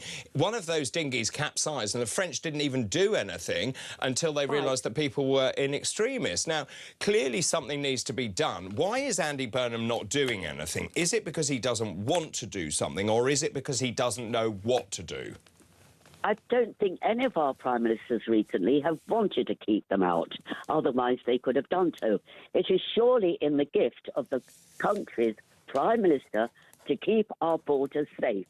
It's the first duty of government. Absolutely. So don't tell me I should be playing my part when you are not paying yours. I mean, I have to say, I choked on my cornflakes this morning when I read that, and I was thinking I live in a rural community. And the idea, when I said in Piddington, for example, which is a village of 400 people... I know Piddington very well. Right, but the idea that you then put 1,200 asylum seekers, young men from foreign countries who come from a very different culture, where we know the behavioural standards and the ethics and morals may well be questionable, I just think is just outrageous. Any part of the country is the same as Piddington, where people like us live. We all have our own values. They should, if they want to come here and have lessons, it should be in the culture and values of this country, not what we're teaching them. In actual fact, we're not teaching them anything. No. And we should stop letting in people we don't know who they are, and they have committed terrible crimes. And it's so silly to say that prisons are fewer people are prisons. Yeah, prisons have fewer people in them because they're letting them out. People who should be in prison are being let out. So let's just look at the cost. So, for example, we spent £4 billion last year on making sure that we put up the asylum seekers in accommodation. At the same time, you've got 41,000 people waiting for a verdict on their asylum claim to stay in this country. But also, those people who have appealed is 100,000. What on earth are the authorities doing? Exactly. And how much do their appeals cost us? Do you think one of the things we talked about yesterday was the Rwanda policy, and it looked like the Rwanda policy did have some sort of traction behind it? Personally, Keir Starmer came in, he cancelled the Rwanda policy. If I'd been elected as Prime Minister, I probably would have let that play out to see if it worked. Why didn't they? Because, we come back to this point, they do seem to want them to come. It is surely in the gift of the Prime Minister of this country to stop these people coming. But they don't do it. If you were in charge, what would you do? Where would you put these asylum seekers? Is the answer disuse military bases? If I was in charge, they wouldn't come anyway. And how would you do that? In charge, I would send the Navy out to stop the boats coming. If they left France, I would turn them around straight back to France. And now a lot of people have said, well, that's impracticable. You know, you get to the 12-mile line, you turn them back, and France says, right, you are committing an atrocity because you're sending people back to our sovereign territory. Excuse me, what are they doing by committing an atrocity? Send them across there to our country. Their atrocity is bigger than mine. Yvonne, really good to talk to you this afternoon. I wish you were in charge. Lynn is in Lincolnshire. Good afternoon to you. Good afternoon. Right. What are you going to do when you're in charge, when you're in power? What's the answer to this? I think it's got to be deport, really. I mean, I live in Boston, Lincolnshire. Oh, yes. And we have lots and lots and lots of them. You know... do you know, actually, I've been there and I've seen them in the town centres. That's it. Yeah, I mean, I've had the police knocking on my door saying they're trying door handles and trying to get into cars. I've had to put cameras on the outside of my house because I spend quite a bit of time alone. It's a bit worrying, you know. I don't know what the answer is. I mean, to take our fair share, what have we got to take more? Well, and of course, I just will reiterate, it's not all of them that are behaving in that manner. It is some of them. But you're right. But also, what I see is just the rate of change is just so high. Those communities, like Boston, which is a beautiful place, just cannot cope. There is not the infrastructure. No, I mean, I was in our local hospital a couple of weeks ago. It looked like a third world hospital. It was absolutely packed. You know, the staff were under pressure. It was boiling hot. They were 2 hours behind. I thought, you just can't keep... I mean, good or bad, they've got to be processed somewhere. Yeah. So what's the answer? So obviously rapid processing is one of those things. Where should you house them? My problem is that we seem to be looking after asylum seekers better than we look after our elderly population in this country. So if you come here, surely we should maybe disuse military bases. I don't understand why they have to be able to go out on a bus and go roller skating and get £7 a day or whatever it is so that they are free to roam. And of course their behaviour is not being monitored. That's the bit I don't understand.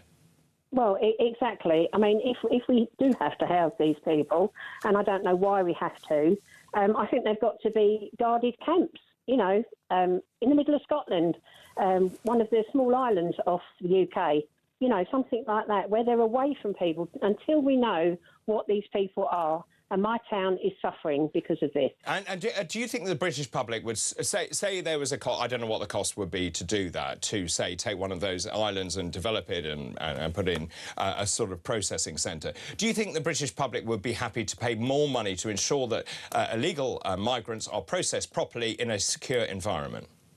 Well, I would be, yes. I mean, for instance, opposite my house there is 2 empty houses. I mean, no guessing what that's going to go to. Yeah. You know, that could devalue my house, other people's houses. It's not fair. It's not right. You know, this has got to be dealt with. And do you have any faith it will be? If reform gets in, yes. Really good to talk to you, Lynn. Thank you very much. That's Lynn in Lincolnshire. This is Sharon. Hello, Sharon. Good afternoon. You're in France. Oh, no, you're not in France. You're saying France is part of the problem. Well, I think many people would agree. 800 million quid we've spent on them. And they're making an enormous amount of money. Why doesn't he spend the France money on getting Rwanda back up and running, the point I made earlier? Then the illegals would be asking for their boats back and returned to France. There is something more to this than meets the eye. I'll tell you what it is. It's not pragmatism. It's the fact that he couldn't bear to go along with a former Conservative policy. It was totally and utterly tribal. And as I said, I think what he should have done is let Rwanda play out to see if the processing of those illegal migrants in Rwanda bore fruit, had dividends, whether that works. And I think that would have been far more pragmatic, but obviously he didn't want to go down that.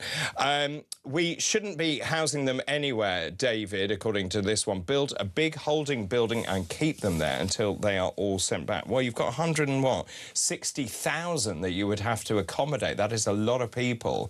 Hi, David. Welcome back. I've missed your chirpy voice. That's very kind, Brian. Thank you very much indeed. About Burnham, did you notice when he opened number 10 North, there were no Union Jacks in the background? I think that tells us all we need to know about this backstabbing hypocrite. Kind regards from Brian. Keep all those messages coming in. Where do we house those illegal migrants? 0344 499 1000. Text the word TALK and your message to 87222 and message us on X. After the break, I'm going to talk about the number of civil servants who are still working from home. You will be absolutely staggered. Amir Katecha, the CEO for the Centre for Government Reform, will join me after this short break.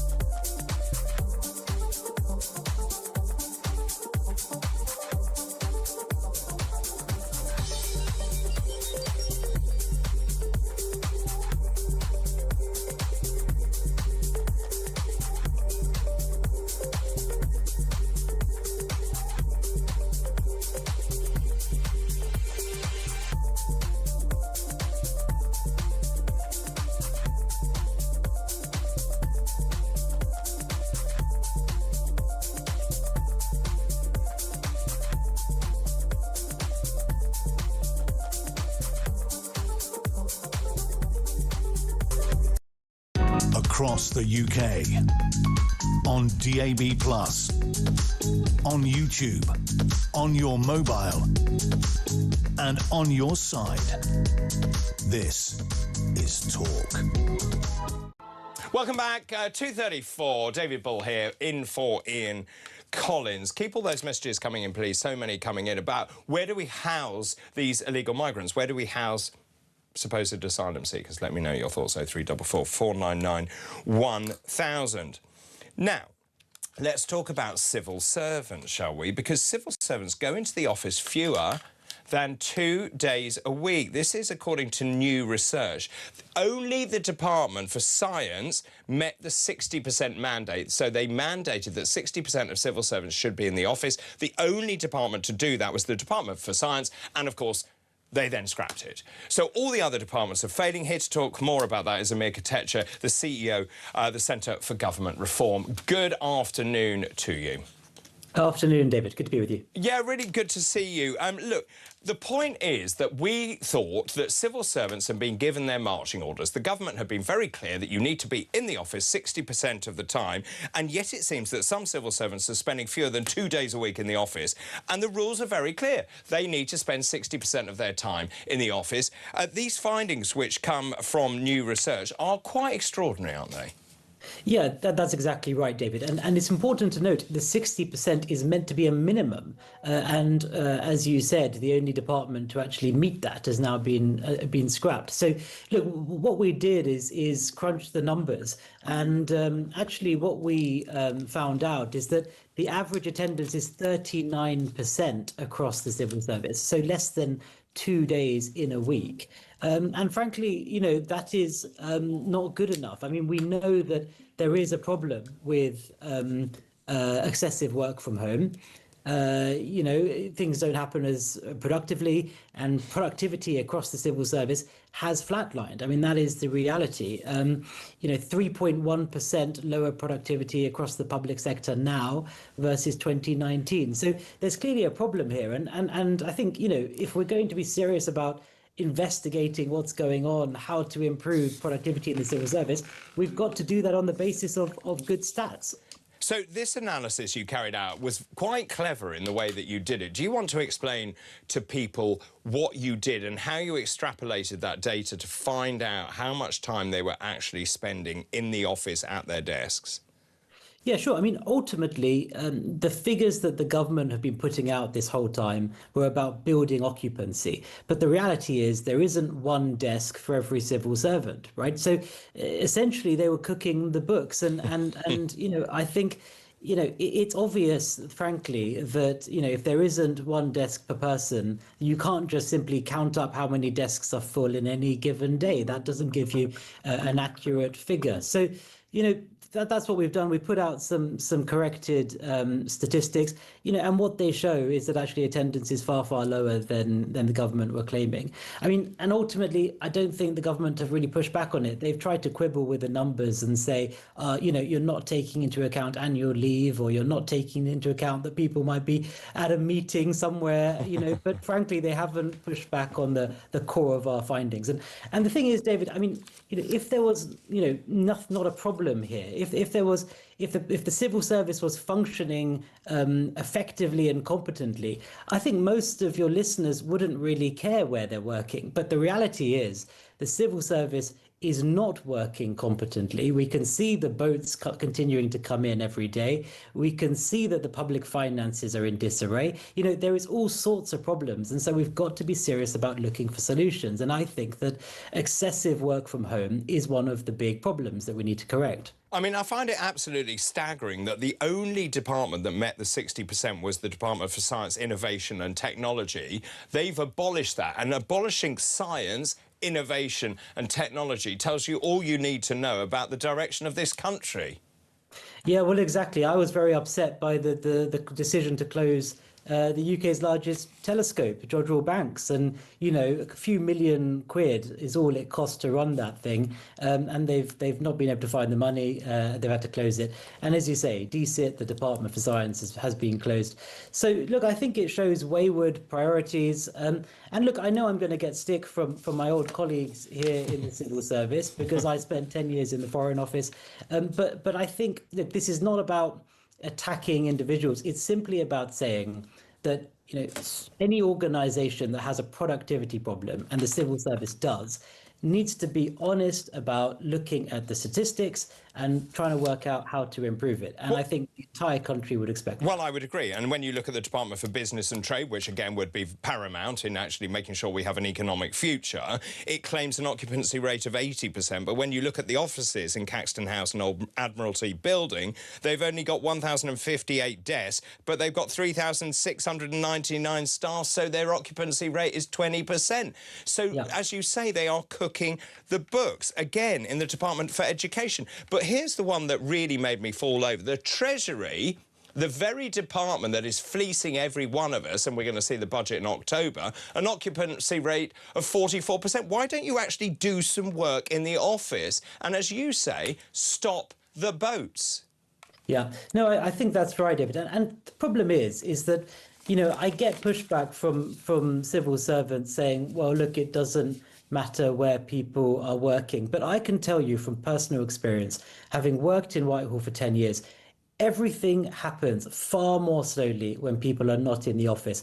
You know, if you're in the office, a manager can look over your shoulder at your computer screen and he can clear a submission that needs to go up to the minister. You know, when the person is not in the office, that all has to happen through long email chains with hundreds of people in copy. It can take days or weeks to get things cleared. It's like wading through sludge, honestly. And, you know, it's also unfair, frankly, on the civil servants that are coming in. You know, they're spending money commuting to get into the office, and they're finding that half of their colleagues haven't bothered to turn up. So it's unfair on the really devoted and dedicated civil servants. And frankly, you know, we need to do something about it. And just in terms of that, successive governments have struggled. There are some brilliant civil servants, without doubt. There are some brilliant civil servants. But if a new government comes in, and I've been party to conversations about, let's say, an upstart party was to become the party of government, one of the biggest problems is making sure the civil service carry out the wishes of that administration. If you were in that new government, how do you reform the civil service? Is it reformable? I think it is, but radical reform is necessary. I mean, the organisation that I've set up, the Centre for Government Reform, is basically looking for very talented outsiders. So top business people, tech entrepreneurs, maybe retired generals, you know, competent people from the outside that we can bring in. Because I do think, you know, we do need a bit of a changing of the guard and fresh talent. And I think that is, you know, a really important part of the solution here, David. You know, it's not that all the current civil servants are useless. This is not about individual personalities, but I think there is a problem with inertia and a sort of tendency to only look at tried solutions rather than thinking creatively about new ways of doing things. I think the only way we're going to fix that is by bringing in more outsiders and then tackling, as I say, some of the structural problems like work from home to get the civil service back on its feet. And of course, the gold-plated pensions. I mean, it's a pretty good lot if you've been a civil servant for a long time. Yeah, it is. And this is the thing, frankly, you know, lots of civil servants complain about their salary. And you know, I've even had civil servants justify this work from home stance to me by saying, well, look, you know, commuting is expensive and you know, they're not paid enough, so they can't be expected to spend money on trains. I mean, frankly, that's not good enough. Their employment contracts make clear they're meant to be in the office. They took the job on the basis that they would be in the office pretty much full-time in most cases. The work from home thing, as you know, David, is only a post-COVID phenomenon. So, you know, it's not bad. The money isn't bad. When you add in the pension, it's really quite generous. And, you know, I don't think, you know, excuses like commuting is too expensive really stack up. I would agree with you. Great research. Thanks ever so much for coming on. That's Amir Katecha from the Centre for Government Reform. Extraordinary that some departments of civil servants are only in the office 20% of the time. Absolutely extraordinary. Keep your messages coming in. David. This is Dave in Cardiff. Right, we were talking about where do you put illegal immigrants, asylum seekers, if they are asylum seekers. The disused military bases should be used by our military. They're only disused because of neglect from Tory and Labour governments who have destroyed our military resilience. From cuts to pay for these policies that none of us want is a really good point, that. David, what you need to do, this is Sean from Bridlington, detain, process and deport. Agreed. Nobody coming from France should ever be considered for asylum. Instant rejection. Sean, thank you for that. Now, we were also talking about working from home just there with Amir Katecha. Nick from Kent says, due to my disability, if I wasn't allowed to work from home, I would be fully reliant on the state. Working from home means that those who maybe normally couldn't go into the workplace can have and keep jobs. I totally agree with that as well, but that's an extraneous circumstance. We're talking about civil servants who are not going into the office, and look at the state of government. It seems like a scene out of Yes Minister or Yes Prime Minister, where the politicians, elected politicians, try to affect policy and the civil service are there to stop you doing anything. Just go and watch one of the episodes. Look at Sir Humphrey. Sean says Labour's going to be trounced in any general election. Their record on immigration will destroy them. With the right promising drastic action Labour would never consider. Dave in South Gloucester says Burnham I keep saying it. In the words of the WHO, or WHO, meet the new boss, same as the old boss. We won't get fooled again. Burnham is the new attractive, in the view of some who need to go to Specsavers. Other opticians are available. Face of Labour. You can put an attractive chocolate box cover on a tin of cyanide, but the contents of the tin will still kill you. Keep all of those messages coming in. We know there's a problem. We are seeing 3,000 illegal immigrants coming in since Burnham has been in power. He says he's listening, he's looking at solutions. Well, it's not good enough, is it? What are you going to do? What should he do? The number 0344 499 1000. You can text the word talk in your message to 87222. You can message us on X as well at talkTV. Keep all those messages coming in. We'll be back after this short break.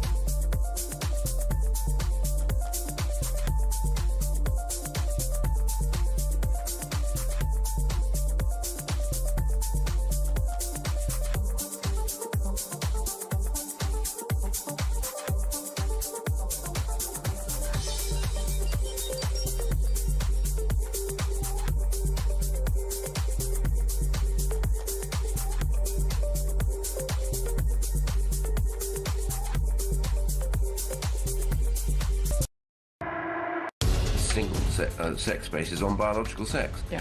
And therefore you cannot have people going into a women's space, which is for women only, who is not a biological woman. I was wondering whether that interview was conducted on April Fool's Day, because I think it was a new low in the sort of... A new low for low? A new low for low, because, I mean, just the absurdity of not being able to ask a very basic question about the monarch of our country. Across the UK, on DAB+, on YouTube, on your mobile, and on your side. This is Talk. Just reading some of your messages. Prime Minister Andy Burnham will chair a meeting of COBRA today to discuss the UK's response to the extreme heat. I looked at this and I thought, yeah, it's hot. Everyone knows it's hot. The emergency services know it's hot. What are you going to do? Well, they've got the Department for Environment, Food and Rural Affairs and the Home Office and Department for Health. And this is a cracking message. David, Andy Burnham has said the government is considering a ban on disposable barbecues. Groundbreaking. Amid increased wildfire risk driven by this summer's droughts. Never mind the 230 illegal immigrants per boat, the crumbling NHS, the rocketing fuel prices, the national debt. So now we have to cook our burgers indoors. Absolutely. It's all about priorities. Let's take a call. Liam is on the line from Folkestone. Hello, Liam. David. Hello, David. How you doing? Yeah, good. Thanks very much indeed. What's on your mind this afternoon? Well, it's good to have you back on Talk. But that's very kind. But living down here in Folkestone, okay, I'm on the front line of this migrant crisis. I can walk out into my town and in the high street, okay, we've got vape shops, Turkish barber, nail bar. My girlfriend, right, she lives in Henley-on-Thames. When I go and see her, it's like two different worlds. Honestly, in Henley-on-Thames, they've got nothing like this. No. So there's a lot of people, and that's a very liberal Democrat area. Whereas down here in Folkestone, it's very kind of like it's reform, even though we've got a Labour MP. But it's two different worlds. Yeah. I live in Folkestone, my girlfriend lives in Henley-on-Thames, and so maybe these middle-class areas need to take a little bit of the brunt of all of these illegals that are coming in. I don't know what you think. Oh, so you're agreeing with Andy Burnham? Yeah, I do think. I think that there are many middle-class areas in this country where they live behind gated communities and they don't see what we see, right? And it's happening up and down the land. I think most people actually see the illegals in like Scotland and the northeast and whatever. But down in the southeast, right, if you take me and take Folkestone and Dover out of the equation, my girlfriend lives in Henley-on-Thames, and there's nothing there. There's nothing there. So you want to plant illegal immigrants in Henley-on-Thames? Yes, right. So they can actually be culturally appropriated, just like the rest of us. I mean, it's a great idea. Having said that, I live in the country, and people are very aware of what is going on. And you make a really good point about the vape shops, the nail bars. What do you think all those businesses are doing? I tell you what they're doing. Do you know what they are? They are fronts. Yeah. We all know it. The BBC has actually done exposés on them. We know what they are. Down here in Folkestone, just a couple of days ago, we've got an American candy shop. Who buys American candy? We know what they are. Everybody can see it for what it is. So why does no one do anything about it? No, because they don't want to do anything about it, because the majority of the MPs that are all Labour and all this kind of stuff live in gated communities. They don't see the exact detriment that illegal migration is actually happening to real UK streets, towns and cities. Now, so when I say to you, yeah, Henley-on-Thames, my girlfriend, she's just like, well, when I go to Folkestone, I feel scared. I said, what? She goes, I can walk out at night in Henley. Yeah. I can't walk out at night in Folkestone. No. So, yeah.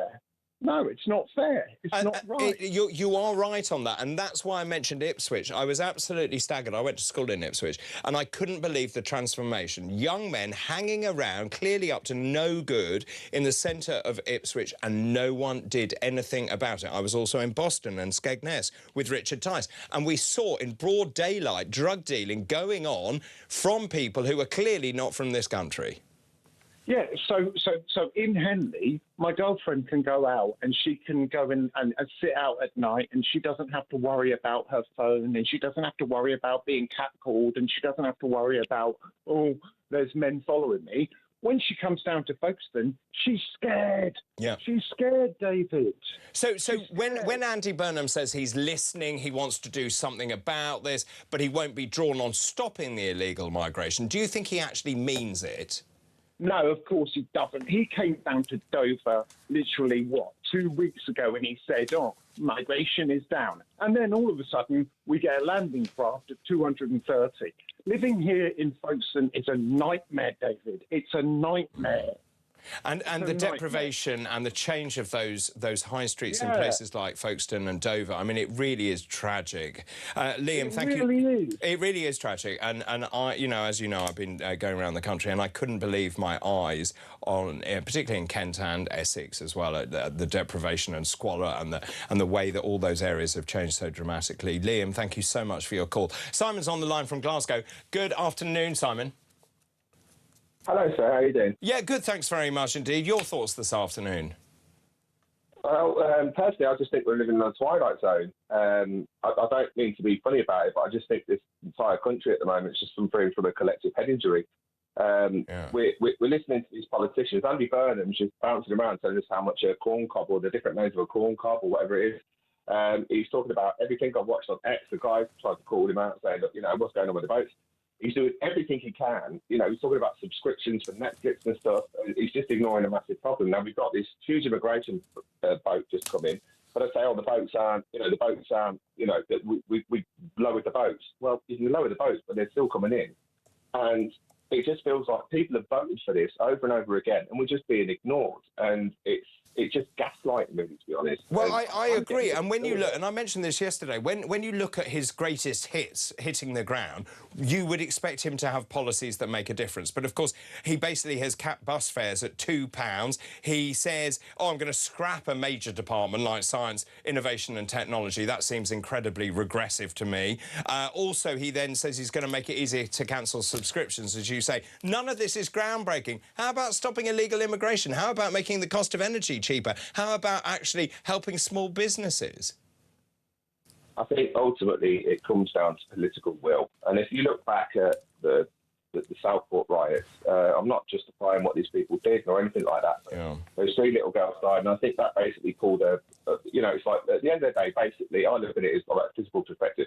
You shake a can of Coke up for long enough, what's going to happen when you pull the ring for one? I think this is what people are doing. You look at Thetford and stuff like that, and then you get the left wing saying, oh, no, this is just nothing but racial hatred. No, it's not. It's people being fed up with being lied to for a start, and then just having this stuff imposed on them that they haven't asked for.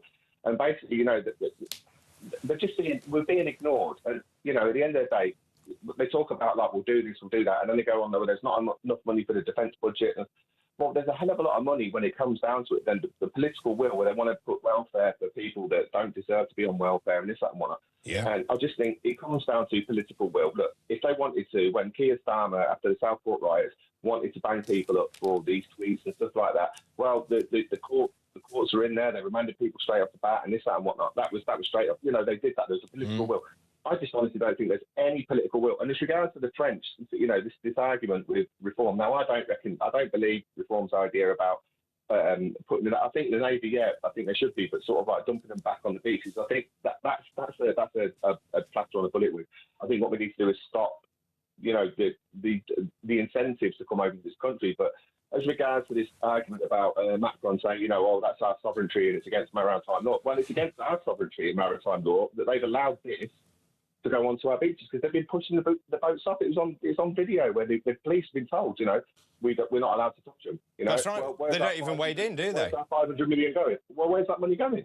No, I agree. I agree totally. But you're right. But you're right about the money as well. 333 billion on welfare. Now, the last government, the Labour government, tried to do something about that, and of course, all the backbenchers went absolutely ape and refused to do that.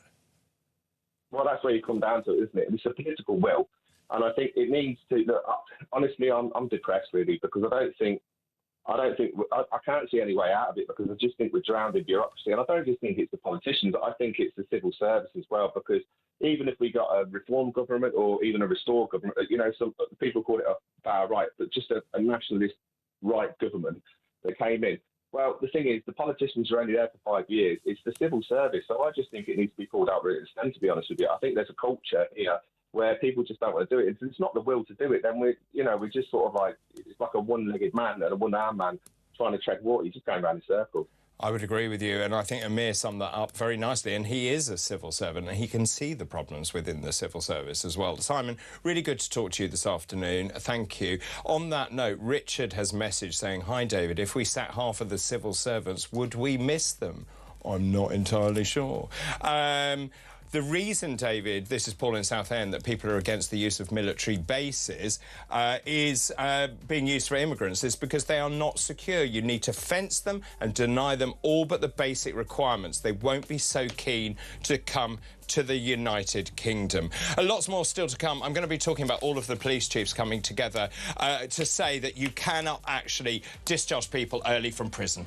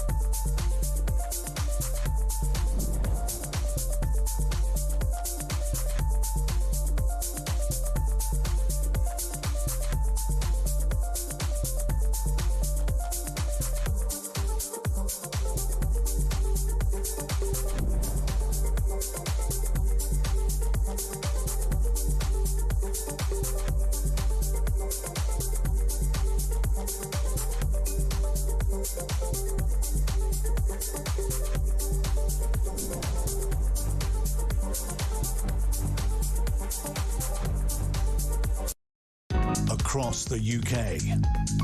On DAB+, on YouTube, on your mobile, and on your side. This is Talk.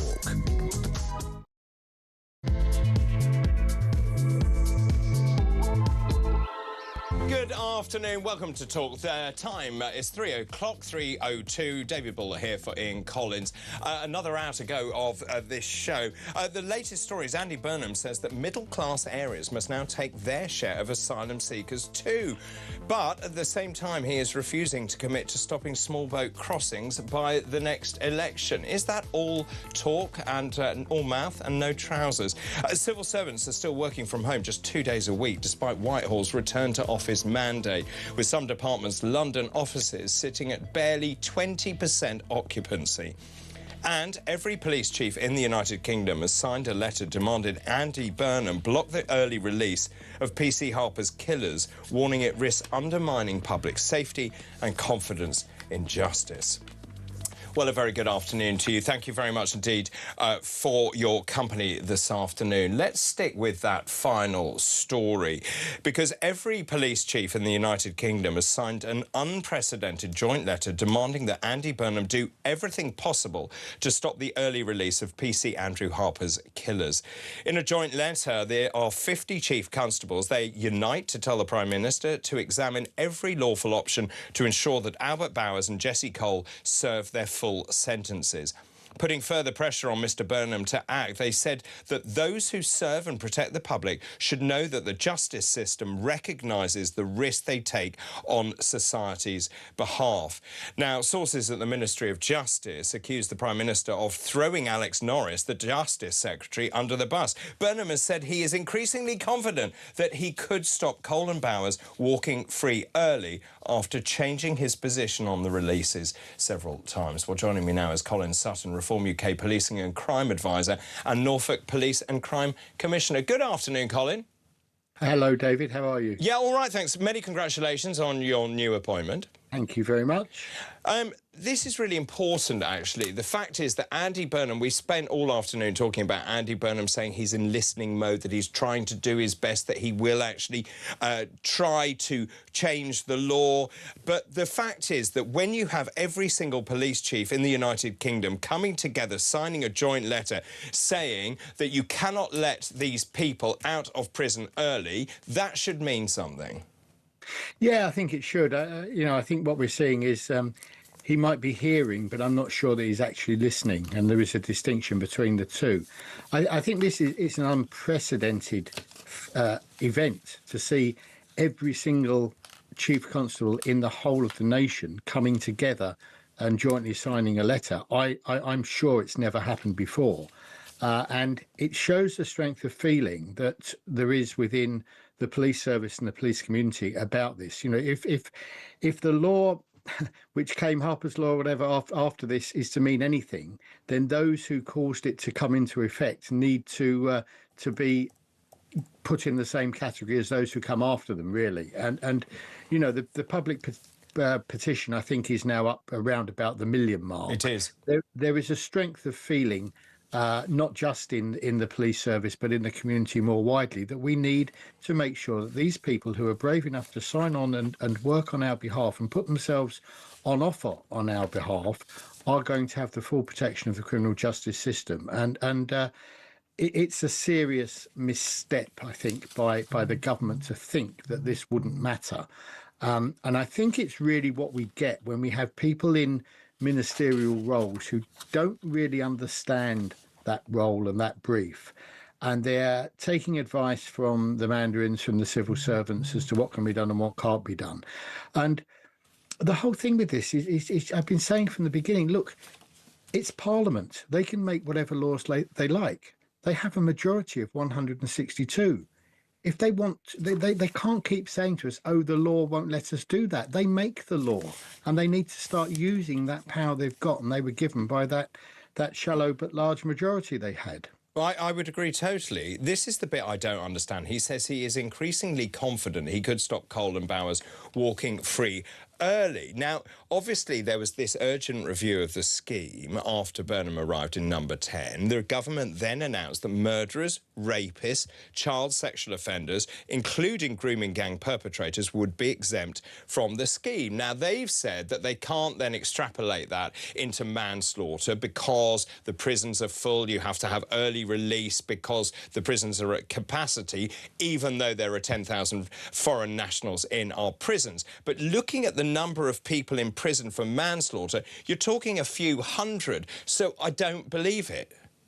No, I agree. But I think the whole basis upon which they're doing this early release scheme is wrong. They're looking at pure numbers. They're just looking at the arithmetic of it and saying, let's have a cut-off point according to the amount of sentence served. And there's no qualitative assessment of the risk to the public and also the risk to the mental health of the victims or victims' families that will be caused by releasing these people.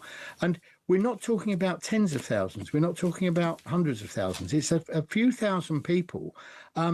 Let's make a qualitative assessment and say this person is suitable to be released. I mean, you know, the whole thing is mad. It would be better if this government and the previous government had actually built some prison spaces so we could put all our prisoners there or deported the foreign ones, as you just said. But given that we do have this situation, the way to go about it is to say we'll create some space by releasing people who don't present a danger.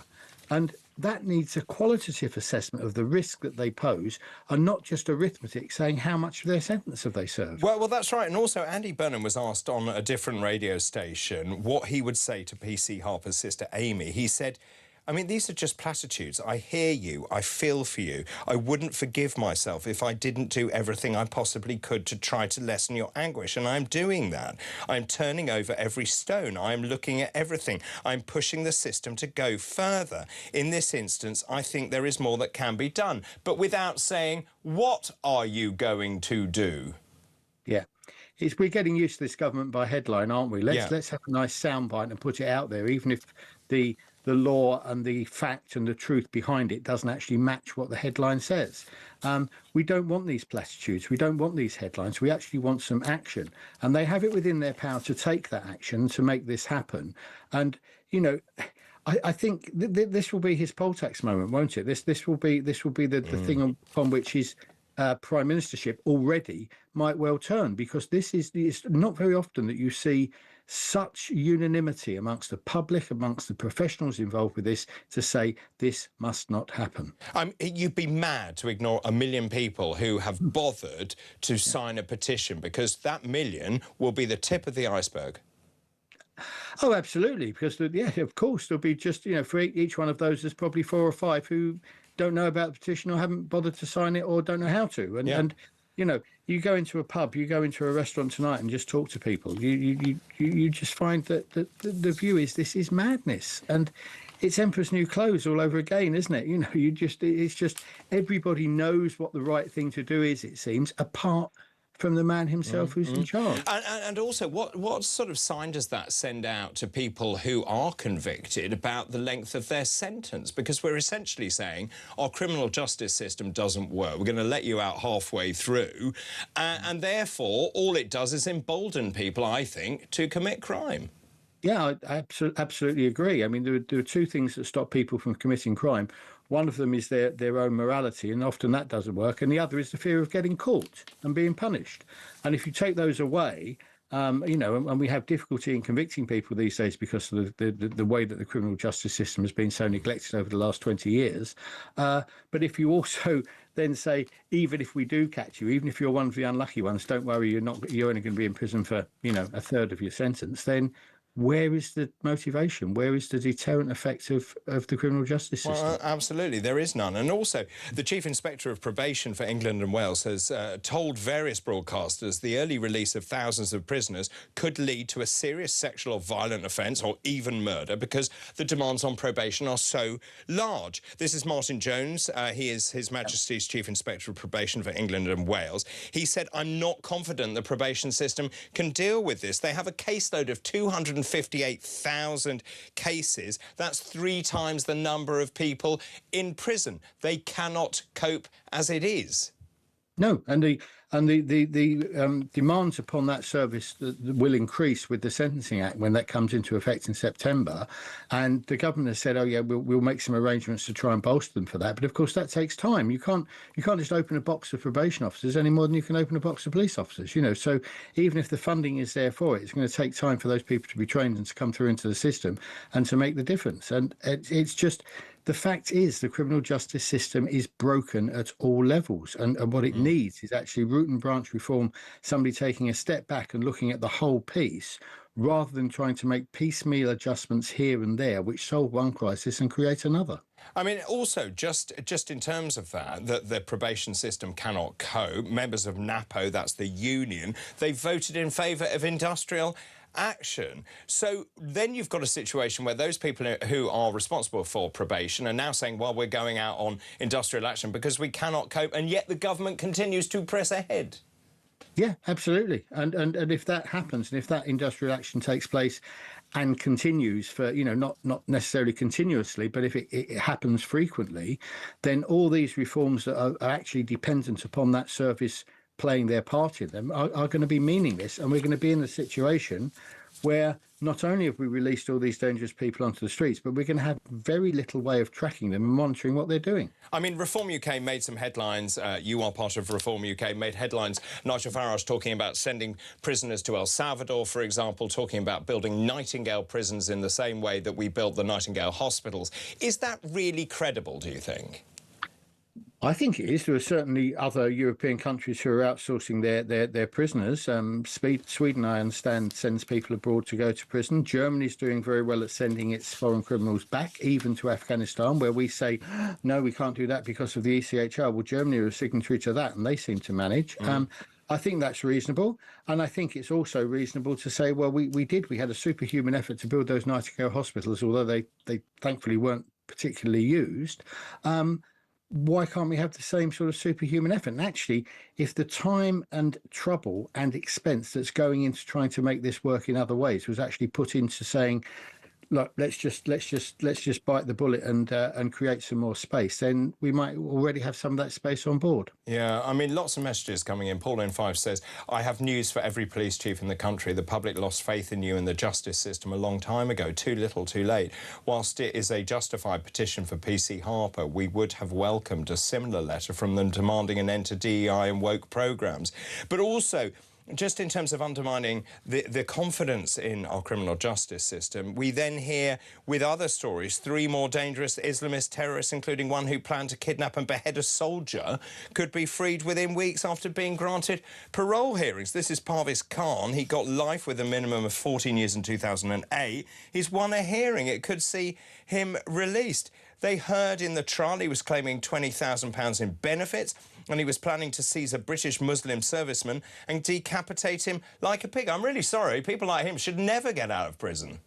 No, of course I agree, David. And, the Parole Board is another organisation which I think has been captured by a certain ideology and is not fit for purpose. And we see that across the piece with the Parole Board, including their treatment of victims of crime, families of victims of crime, which I know from talking to them is actually shameful sometimes. Here's a good idea. Why don't we let judges sentence people to imprisonment and insist that they serve the whole term? Agreed. That would save an awful lot of trouble, an awful lot of arguing, and everybody would know where they are. And I think that's actually what the public want. They want to know where they are. They want to know that their legal system is robust and that if somebody falls foul of it, they get sentenced, and that sentence means something and it doesn't get interfered with by do-gooders or lawyers or anybody else going forward. I would agree. There are other people here. There's Rangzib Ahmed. He was an Al-Qaeda operative, Osama bin Laden's right-hand man in Europe. He's been granted a parole hearing. You've got Omar Khayyam of Crawley, West Sussex. He was part of the plots with the fertiliser-based bombs. They were going to target Blue Water, the shopping centre in Kent. They were going to target Ministry of Sound, a nightclub as well. And they're saying, well, they can have parole possibly, or have a parole hearing. We need to see if they're a danger to the public. Of course they are. Yeah, I mean, as a, I'm no psychologist, obviously, but isn't the common sense view that these people don't get rehabilitated? You can be a robber or a burglar and understand that you shouldn't be living this life of crime. But when you're a fanatical terrorist with a fanatical ideology, how much rehabilitation do we really expect to go on with them? And these people just shouldn't be out there walking the streets. And that's not an unpopular view, I'm sure. Well, I think it's a very popular view. Just in terms of the new Prime Minister, Andy Burnham, what do you think he will do in terms of early release? Because it seems to me he's dancing around, he's changing his mind, he doesn't know what to do, in my humble opinion. I think it will go ahead. I think it will go ahead in a watered-down way. He will find some way to keep the killers of PC Harper in prison, and some of the other sort of mistakes or loopholes, if you like, in terms of sexual offenders and so forth. I don't think, I'd love to be proved wrong, but I don't think he has the courage really to say, OK, enough, let's start with a blank sheet of paper and attack this another way. But that's what it needs.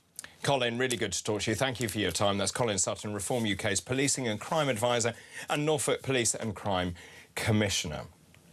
Keep your messages coming in, please. Now, that's absolutely terrifying. What are your thoughts on that? The early release of prisoners, as Colin and I were just discussing. Then we've got Simon saying, how about sending the Isle of Wight to Trump? The USA would then control the channel. Watch France and the EU wind its neck in terms of dealing with asylum seekers or supposed asylum seekers coming to this country. Hi, David. This is Angie. Good afternoon to you. There is one road in Portsmouth where the shops are primarily foreign-run. Vape shops, barbers, nail shops, mini-markets. You can stand still and there are 3 barber shops opposite each other. How? Why? Some of the mini-markets have been prosecuted for selling illegal cigarettes, etc., but they remain open under new ownership. It is utterly crazy. Shut them down and deport the guilty. Keep your messages, thoughts coming in, please. We'll have your say after this break. This is Talk.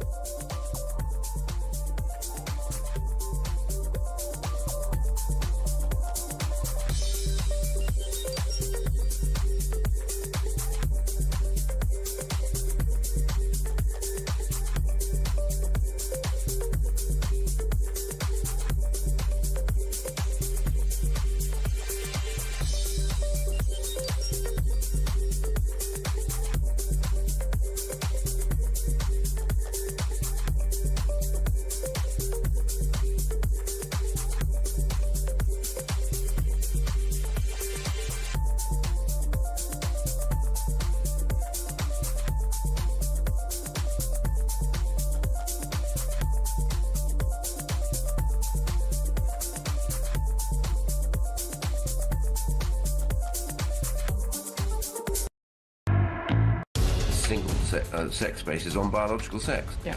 And therefore you cannot have people going into a women's space, which is for women only, who is not a biological woman.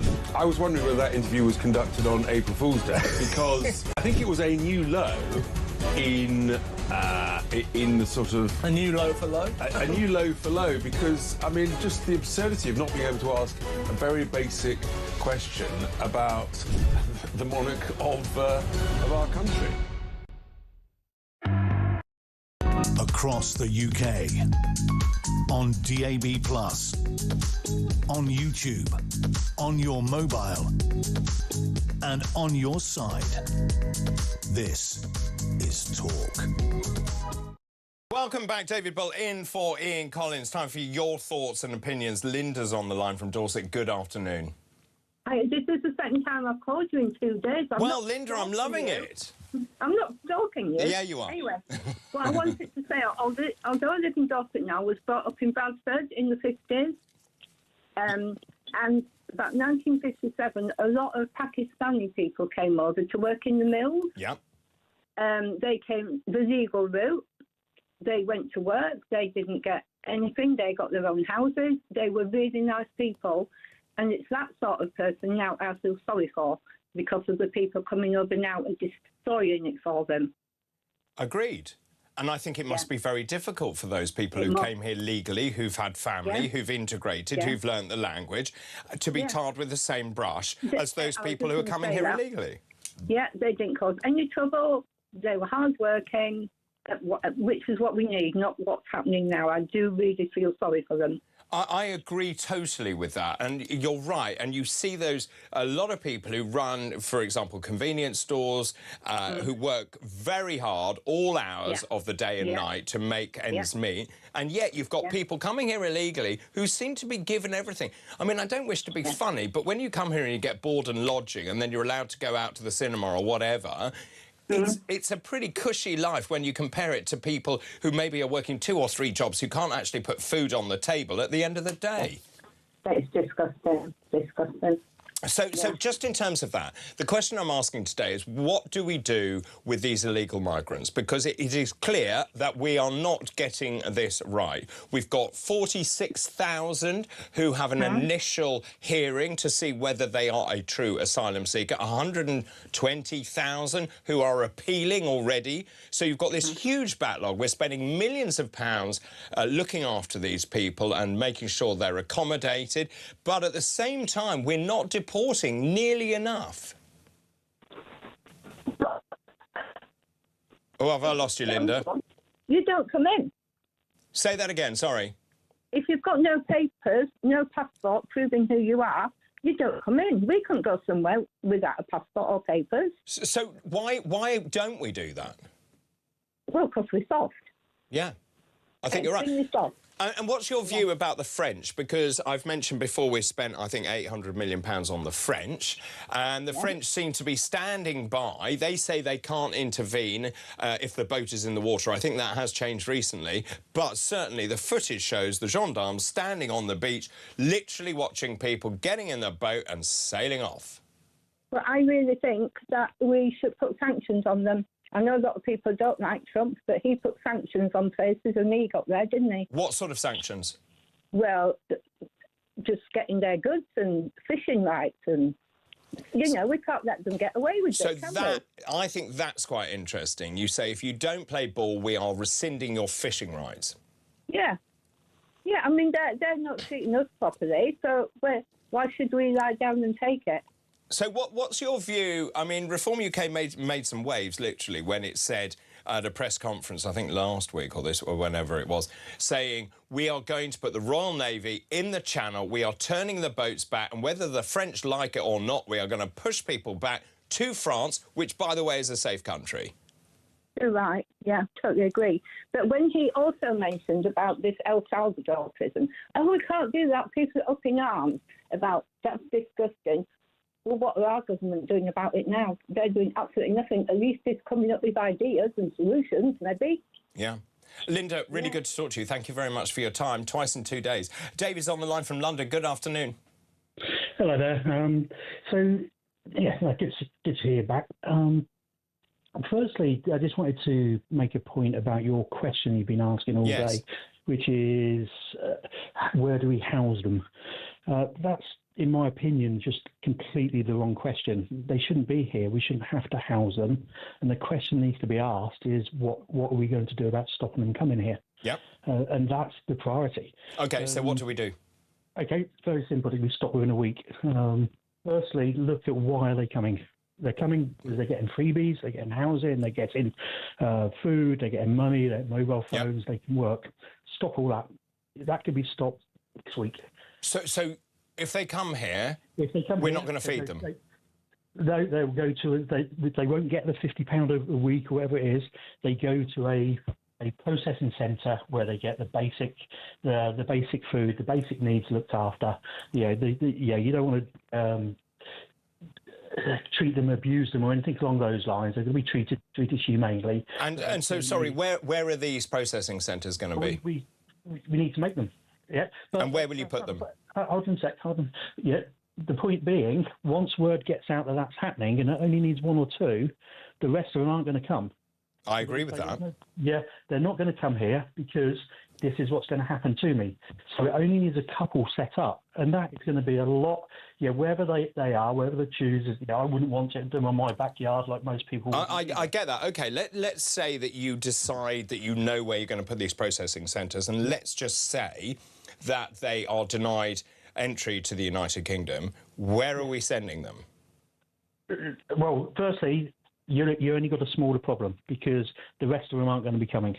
Right, but we've got 100. I think I said we've got like. You've got 100,000. 150,000 thereabouts in this country. Okay, so we've got to get them sent back to either the third-party countries like Rwanda. Other countries will arrange those agreements, etc. But again, the point being is it can be done. Yeah, there are cases. Yeah, Trump stopped it. Yes. There was a guy last week on Julia's show from either Finland or Norway, and he was talking about how they stopped it. Australia's stopped it. So if it's been done elsewhere, it can be done here. The fact of the matter is they don't want to stop it. Can I just ask you, so a lot has been spoken about the Conservatives, the former government's plan for Rwanda. Would you, those places are still in Rwanda, by the way, would you reactivate that scheme and see what happens? Yeah, get again, and look for more countries like that. And if Starmer did that, which, not Starmer, Burnham did that, which he will never do because it's about ideology, but if he did that, would that make you look at him in a better light? No. There's too many things with him and all the sort of socialist government that we've got in place at the moment. That's just not one. That's just one issue. Yeah, there's lots of other issues. So, for example, we know that the country is bankrupt, yet he's raised foreign aid. Yeah. They're refusing to cut the welfare bill. They're just borrowing all the time. They're inept. So that is just if he was to take firmer action on the immigration crisis, yes, that would help. But there's just too many things going on, and it's never going to happen because he's pandering. A, he's pandering to the his backbenchers, and B, he's pandering to the Muslim vote. And that's what he's all about, is getting more and more votes. And it's not going to be long before you're going to be fast tracked through the asylum system. You're going to be granted leave to remain, and you've got the vote. David, very good to hear from you this afternoon. One quick message. Polly says, listening to this fills me with sadness. What have the government done, or the governments done, to this once great country? A feeling of anger, betrayal and helplessness. It is so sad. And is it too late? This is Talk.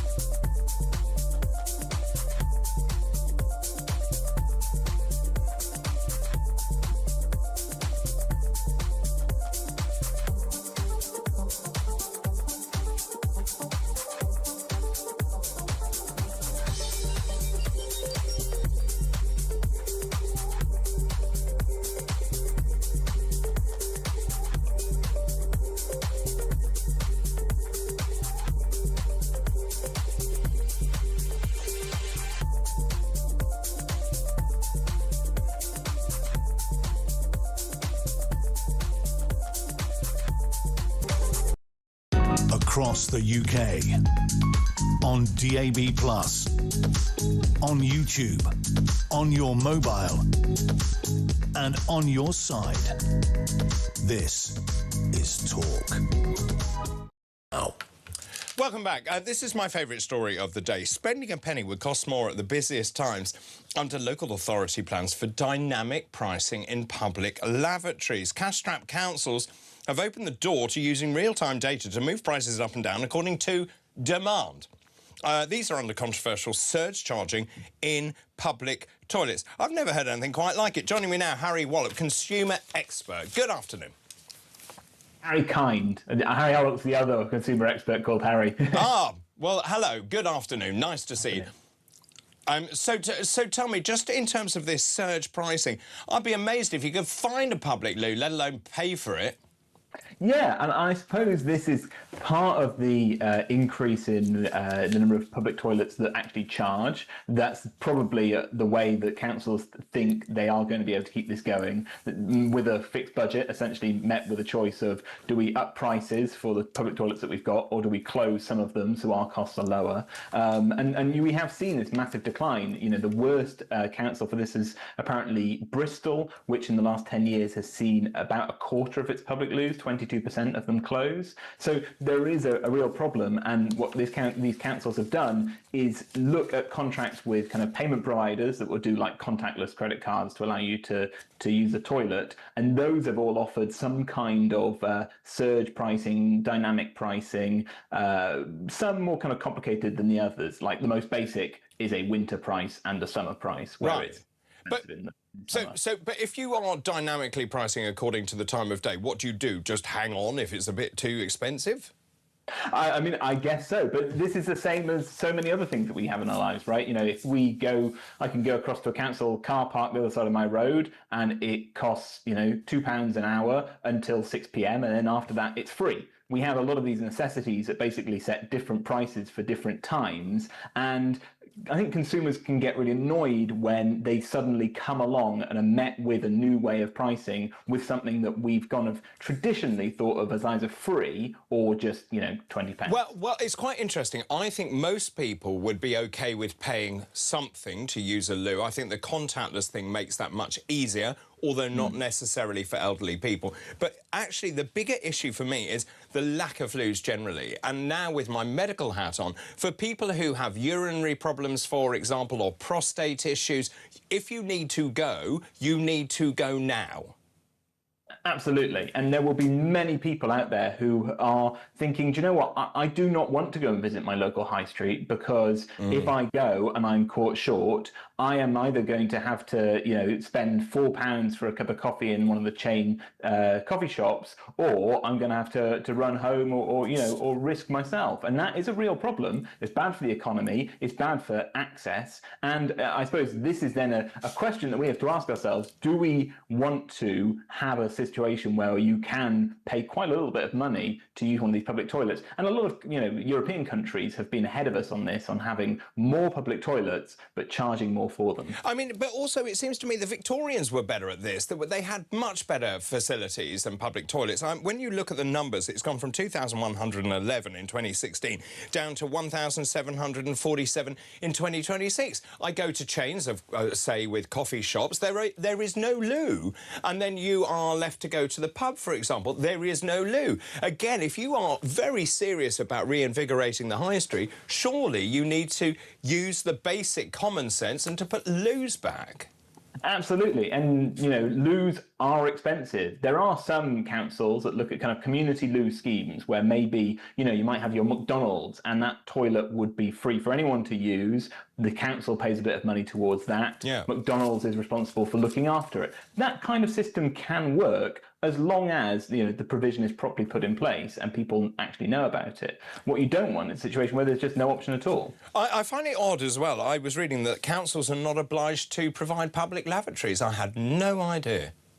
No, it's one of those services that is very easy to cut. On the chopping block of things to get rid of, if you can close a public lavatory, that is, you know, no cost of a cleaner over the course of a year, no water bills for that public lavatory, no maintenance costs, and presumably there is a fear that these can be a hub for crimes, whether it's injecting drugs, people hanging out. You have this area, and councils might think, do you know what? It's just easier to forget about it and close it off, and that would be really sad for a lot of people. Well, it would as well, and also surely it's about providing basic services to residents who need those services. I mean, just broadening this out into surge pricing generally, we are used to that with things like Uber, for example, with aircraft tickets. Again, you see surge pricing if you book miles ahead, or in the winter it's cheaper than in the summer or last minute.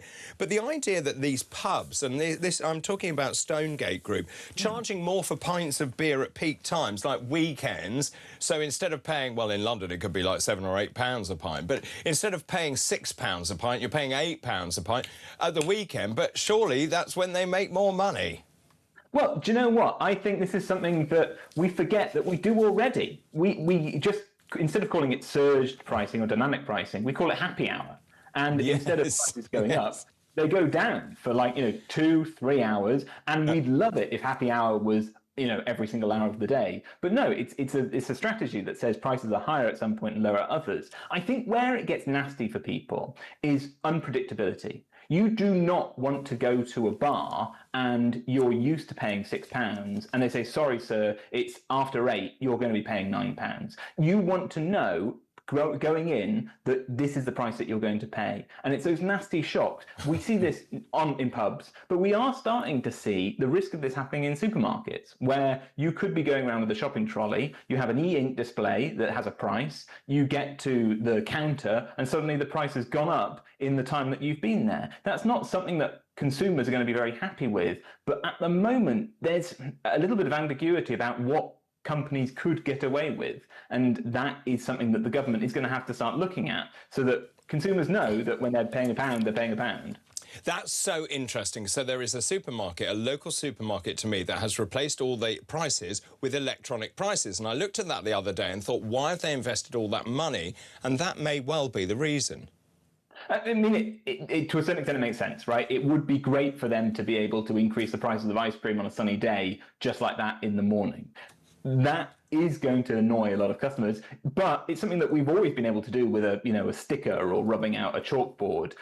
But are we going to be happy as consumers with all of our money being taken away by that? Now, this is something called your consumer benefit. There is this leftover bit of cash where you get a good bargain because you've gone in on a hot day and you've bought an ice cream for the same price as someone would have paid on a cold day. That is something that is attributed to you. If you get rid of that and you have dynamic pricing, then suddenly all of that benefit goes to the supermarket, and they can extract as much cash as possible from us, as they can. And that's the same with these toilets, right? Is that they want to be able to charge more when there's more demand and less when there's less demand, so that effectively they've always got a full toilet, or they've always got a full bus or a full airplane. Well, I get that, but also if you're paying good money to go to the loo, I want a clean loo. Well, absolutely. And that really will be a little issue, is if you are going in the height of summer, are you going to get, when you're paying more, a nicer toilet or a worse toilet? And I really think it's probably going to be a worse toilet. Harry Kine, thank you very much indeed. Really good to talk to you this afternoon. That's Harry Kine, consumer expert. What do you make of that? Dynamic surge pricing to use the loo. I'm not sure that's been entirely thought through, but the councils, this is Cotswolds and Sefton councils, have opened the door to dynamic pricing. This is for public lavatories during peak demand periods. Now, Sefton Council plans contactless payment technology, allowing charges to rise during events held across the borough. Oh, so we'll have a fete, and then suddenly the price of the loo goes up as well. Lots of messages coming in about dynamic pricing and about other things as well. We're going to talk about the solar eclipse as well in just a bit. But let's go to Anne in Somerset, who's on the line now. Good afternoon, Anne. Good afternoon, David. Should we talk about toilets? I mean loos, lavatories. Yes, they're a bane a bit for me. We live near Weston-super-Mare, which is obviously a holiday place. Yeah. Lots of families come during the holiday times, lots of children come. And the council have closed nearly all of the toilets, bar one, down the whole of the promenade of the, seafront. And even in the winter, we have lots of visitors come by coach, elderly people in particular. And I thought, well, if you've got to pay £1 a time, I mean, you've got to walk a long way, actually, to find a toilet, to be fair. But if you've got to pay £1 a time and you've got 3 or 4 kids, that's going to cost you a small fortune for a day out at the seaside.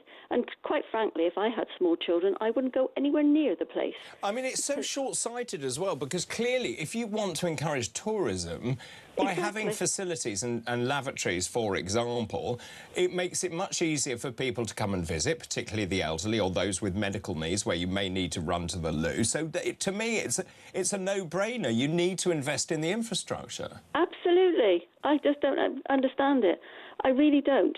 The council are desperately trying to get people back into their town, and I thought, well, you're not making it easier for them. No, I would agree totally. And what do you think of the idea of dynamic pricing generally? I mean, would you be prepared... I mean, I don't know what you would pay to go to the loo, but would you be prepared to pay for a better... Say you pay whatever, and it's properly cleaned, and you know that it's a much better experience than going to one of those loos at the moment where you don't have a mirror, it's a piece of shiny metal, where you feel that it's actually, you know, you need to wash your hands when you go into it? Yeah, well, I do try to avoid using any public toilets if I possibly can, and I'll plan my day where I've got to go, and there's certain toilets I know where I can go quite easily. But if I've got to go somewhere new, I don't want to go there because I don't know where the toilets are. Isn't it? I mean, it's such a shame that you have to plan your trip according to where the loos are. And really good to talk to you. Steve's on the line from Scunthorpe. Good afternoon, Steve. Good afternoon. I can't see why council offices and that, they're usually in the town centre or whatever, why they can't provide toilets for the general public. The general public are paying for those. Yeah, very good point. So why can't they use them? And the other point, I mean, I know you'd probably say it's getting trade in, but at one time, and if you could sit down in a place and have food, then you had to have a toilet. Yes. Now you go in a lot of Greggs, there's no toilets in there, you pay extra to sit in. Now that could go against them profiting to stay in town. I don't know. I think that is a very good point. If they are going to have an eat-in facility, say Greggs or wherever, or Costa or whatever, they need, therefore, to provide a loo.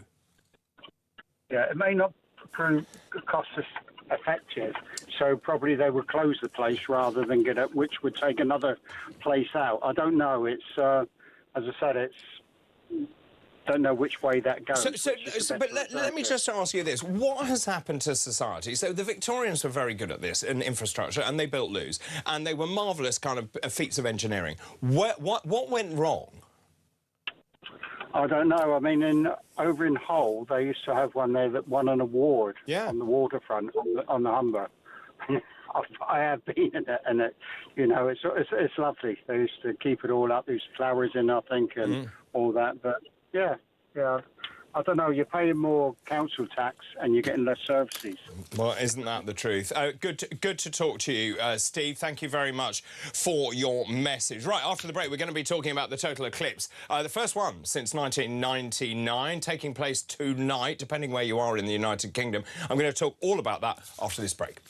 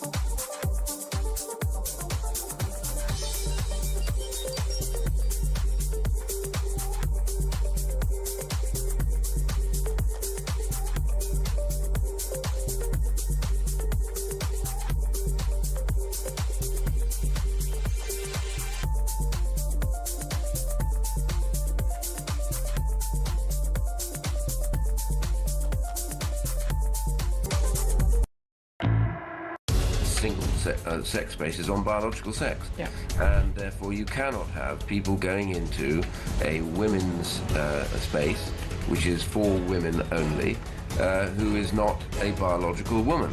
I was wondering whether that interview was conducted on April Fool's Day, because I think it was a new low in the sort of... A new low for low? A new low for low, because, I mean, just the absurdity of not being able to ask a very basic question about the monarch of our country.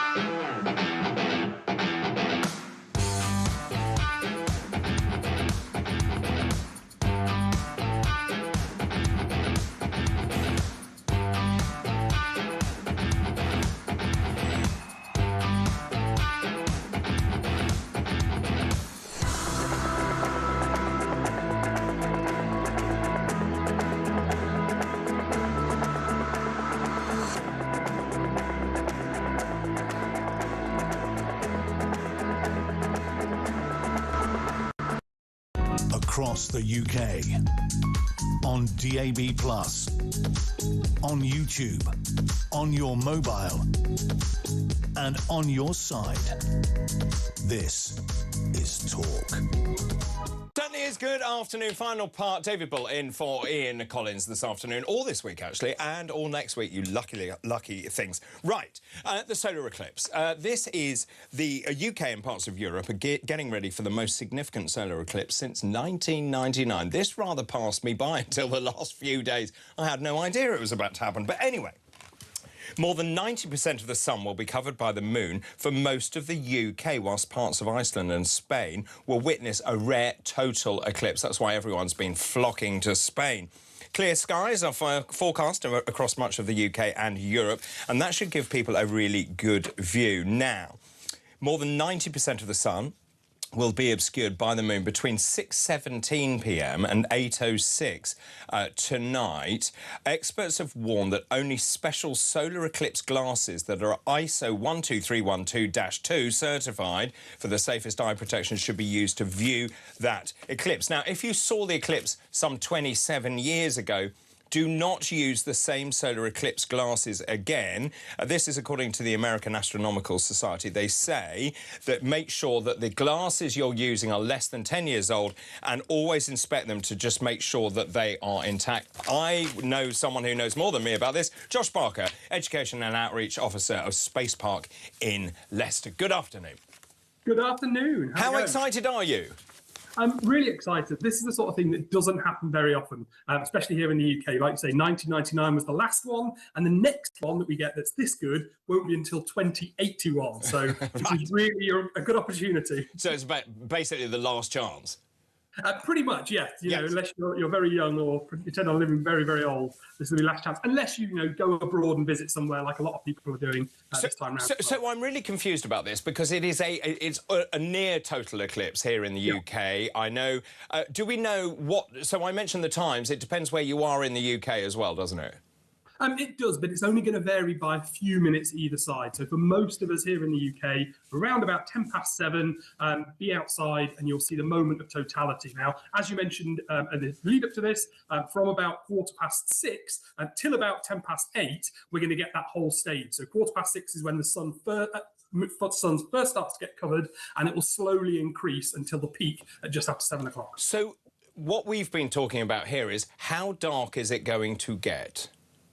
It should get fairly dark. So the path of totality, so for those that have gone to Spain or are out, in other places where they'll see the full total, it will get very dark, almost nighttime dark. Wow. For how long? About 2 or 3 minutes usually. You get that depth, you get a chill in the air, the birds stop singing because they think it's gone to nighttime, things like that. It gets quite eerie and quite odd. Here in the UK, we're going to lose about 90% of the light from the sun. So it will be substantial, it will feel different, it will look very different out there, and it will be quite a moment. Now, I mentioned that you shouldn't look directly at the sun. Do you want to expand on that? Yeah, don't look directly at the sun. It will damage your eyes. Even people think they can snatch a quick glimpse. It's not worth it. Your eyes are delicate. Your eyes are precious. Using things like the eclipse glasses, which I know have been really difficult to get hold of. You can't get them. Not over the last couple of days. If you didn't buy them last week, you're really struggling. So if you have got them, they're great. As you say, making sure you use recent ones so they haven't degraded. Other than that, there's loads of simple tricks that you can use as well. So my very favourite one is to get the colander out of your kitchen and use that as a little projector. If you hold that up, the light will stream through the holes and project it on the ground in front of you or a sheet of paper. You'll get little circles and they will mimic the eclipse. They will show you what's happening with the sun using that. Across that way. Now, you mentioned the birds will stop singing. Last year, Italian and Australian scientists found that older trees in the Dolomites sent bioelectrical messages to younger spruces in the hours before an eclipse. I found that absolutely wild when I read that earlier. Yes, well, we forget how much nature relies on the sun. The sun's a huge energy source for the Earth. It provides the trees with the energy they need. It governs cycles for animals, thinking when it's time to wake up. And it really does have these huge effects just over these couple of hours that we see quite big effects. It's pretty cool. Now, it's not just the public are looking at this. NASA are also sending up a specialised plane, aren't they, high into the atmosphere to observe what's going on. Tell us more about that. Yeah, the eclipse is a really cool moment, not just for the public to see this cool, solar phenomena, but it's a really good chance to study what's going on around the edge of the sun. And we've done this for many, many decades, and we still do this today. So at that moment, when the moon's covering the majority of the light from the sun, we can see details around the edges that are normally just far too faint to be able to see, even with really sophisticated instruments. So the plane will be up there, it'll be looking for those moments, it'll be tracking the very edge of the sun, the atmosphere that's peeking out from the side, that they can take really detailed measurements of. And this is the corona which you cannot normally see. Correct, yeah. It's normally too faint to see while you've got the energy from the sun streaming at you. Now, I was also reading about the heating paradox, where the sun's atmosphere is millions of degrees hotter than its surface for reasons that remain a mystery. So they've got this jet, essentially, with 4 cameras, high-resolution images. Do you expect them to find things that they don't know at the moment? There's a lot about the sun we don't understand. There is, and every time we can gather information about this in any situation, in this case this is about the sun, but any of these experiments, they build data, they build information that we didn't have access to before, and that starts to build a picture. So they're going to gather all this data. They may not immediately discover something brand new, but all of that information feeds into the rest of the experimentation, the rest of the understanding, and it helps us advance our knowledge. So not only is it something cool that we can all experience, but it will be a real big boom for the scientific community to help develop understanding. And every single eclipse has helped the scientific community. For example, Aristotle, he realised that the Earth was round by looking at an eclipse. Yeah, this is something that, this is not a modern phenomenon. We've had eclipses throughout the entirety of human history, and our understanding has changed. We look at historical records, and people thought, the gods were displeased, or, things were happening, great celestial change. Nowadays, we understand it to be a little bit different, but we always learn. We see these things. We want to understand. Humans at our very core are curious creatures. We want to discover what's going on. We want to understand what's happening. And something like this is just a great opportunity to do that. Now, there have been some very clever people here who have capitalised on this in terms of selling tickets. I was reading today that some people are spending an enormous amount of money to witness the eclipse. So in Majorca, we talked about Spain having 100% eclipse. This is at the St Regis Mar de Val. They are offering a stay in the hotel, I assume it's a night, a private yacht called La Dragonera, meditation classes at sea, and catering, and it's yours for just £13,000. Oh, what a bargain. Yeah, that's what I thought. We're going to watch it in the park, so if people want to bung me a tenner, then I'll gladly accept. Well, apparently other people are renting yachts, people have booked 5-star hotels, some people have booked a hot air balloon so that they are higher up. There's also a couple who've booked a yacht. They have more spaces on that yacht, and they're offering spaces for people to go and join them in Spain to look at the eclipse. What could be better? I mean, that's the thing. If you can travel, many people, I've got friends and colleagues that have gone off to be in the path of totality. And if you can do that, it's a wonderful opportunity. But we're going to get a fantastic view from here in the UK. So if you don't want to splash the cash and venture all that way, you're going to get an amazing view even just from your back garden. So what time are you going to the park then? So we're going to head out just after 6. So we're going to, making an evening for it. We've got our deck chairs and blankets. I think we might be bringing some snacks and drinks. We're going to enjoy the weather, this glorious summer weather, and watch this into the evening. So, amazing, amazing. Do you know the one thing I remember so vividly from being a child was the eclipse, and I was so captivated by it, and putting a pin in a cardboard and then watching the light being cast through that pinhole. And I just remember it so vividly, so important for children to understand physics and what happens during an eclipse and the way the sun and the moon interact, isn't it? I think so, and I think that's what's really nice about an event like this is, like you say, you can do it with simply a pin and a piece of card, and you can experience it. Even without that, even if you've not got a colander, you've not got a pinhole camera, just being outside and have a walk and feel that moment where it gets a bit darker, it gets a bit cooler, even if you can't look at the sun because you've not got the right equipment, is still a really cool experience, and it's something that anyone can engage with. I'm very jealous of those in Spain that will see the total eclipse. Yeah. For here, we're going to get something remarkable. It's going to be something that's going to be impressive. And people that perhaps even haven't heard of it will notice something odd going on at about 7 o'clock tonight, and they're getting a chance to experience it. And I think, for me, that's what makes science so cool, is when people can get involved, experience it for themselves, and maybe ask a quick question. Well, what was that? Why was that happening? What can we learn from it? Things like that. I think it's so important. I agree totally. And the one thing I would say about this is it makes you realise how small humankind is on this planet when you can see the effect of the moon and the sun and the eclipse tonight. Amazing, amazing stuff. Thank you ever so much for coming on, Josh. Enjoy tonight. That's Josh Barker there, who's going to enjoy the almost total eclipse tonight, as I am, to quote Bonnie Tyler. Good evening, Kev. Poor Bonnie, no longer with us. Yeah. But yeah, I mean, I think I'm going to miss the next eclipse. It's 1990. So the next one, the last one was 99. Yeah, I think you might be. No, 2090. 2090. I think you might not be here. I remember the last one. I was working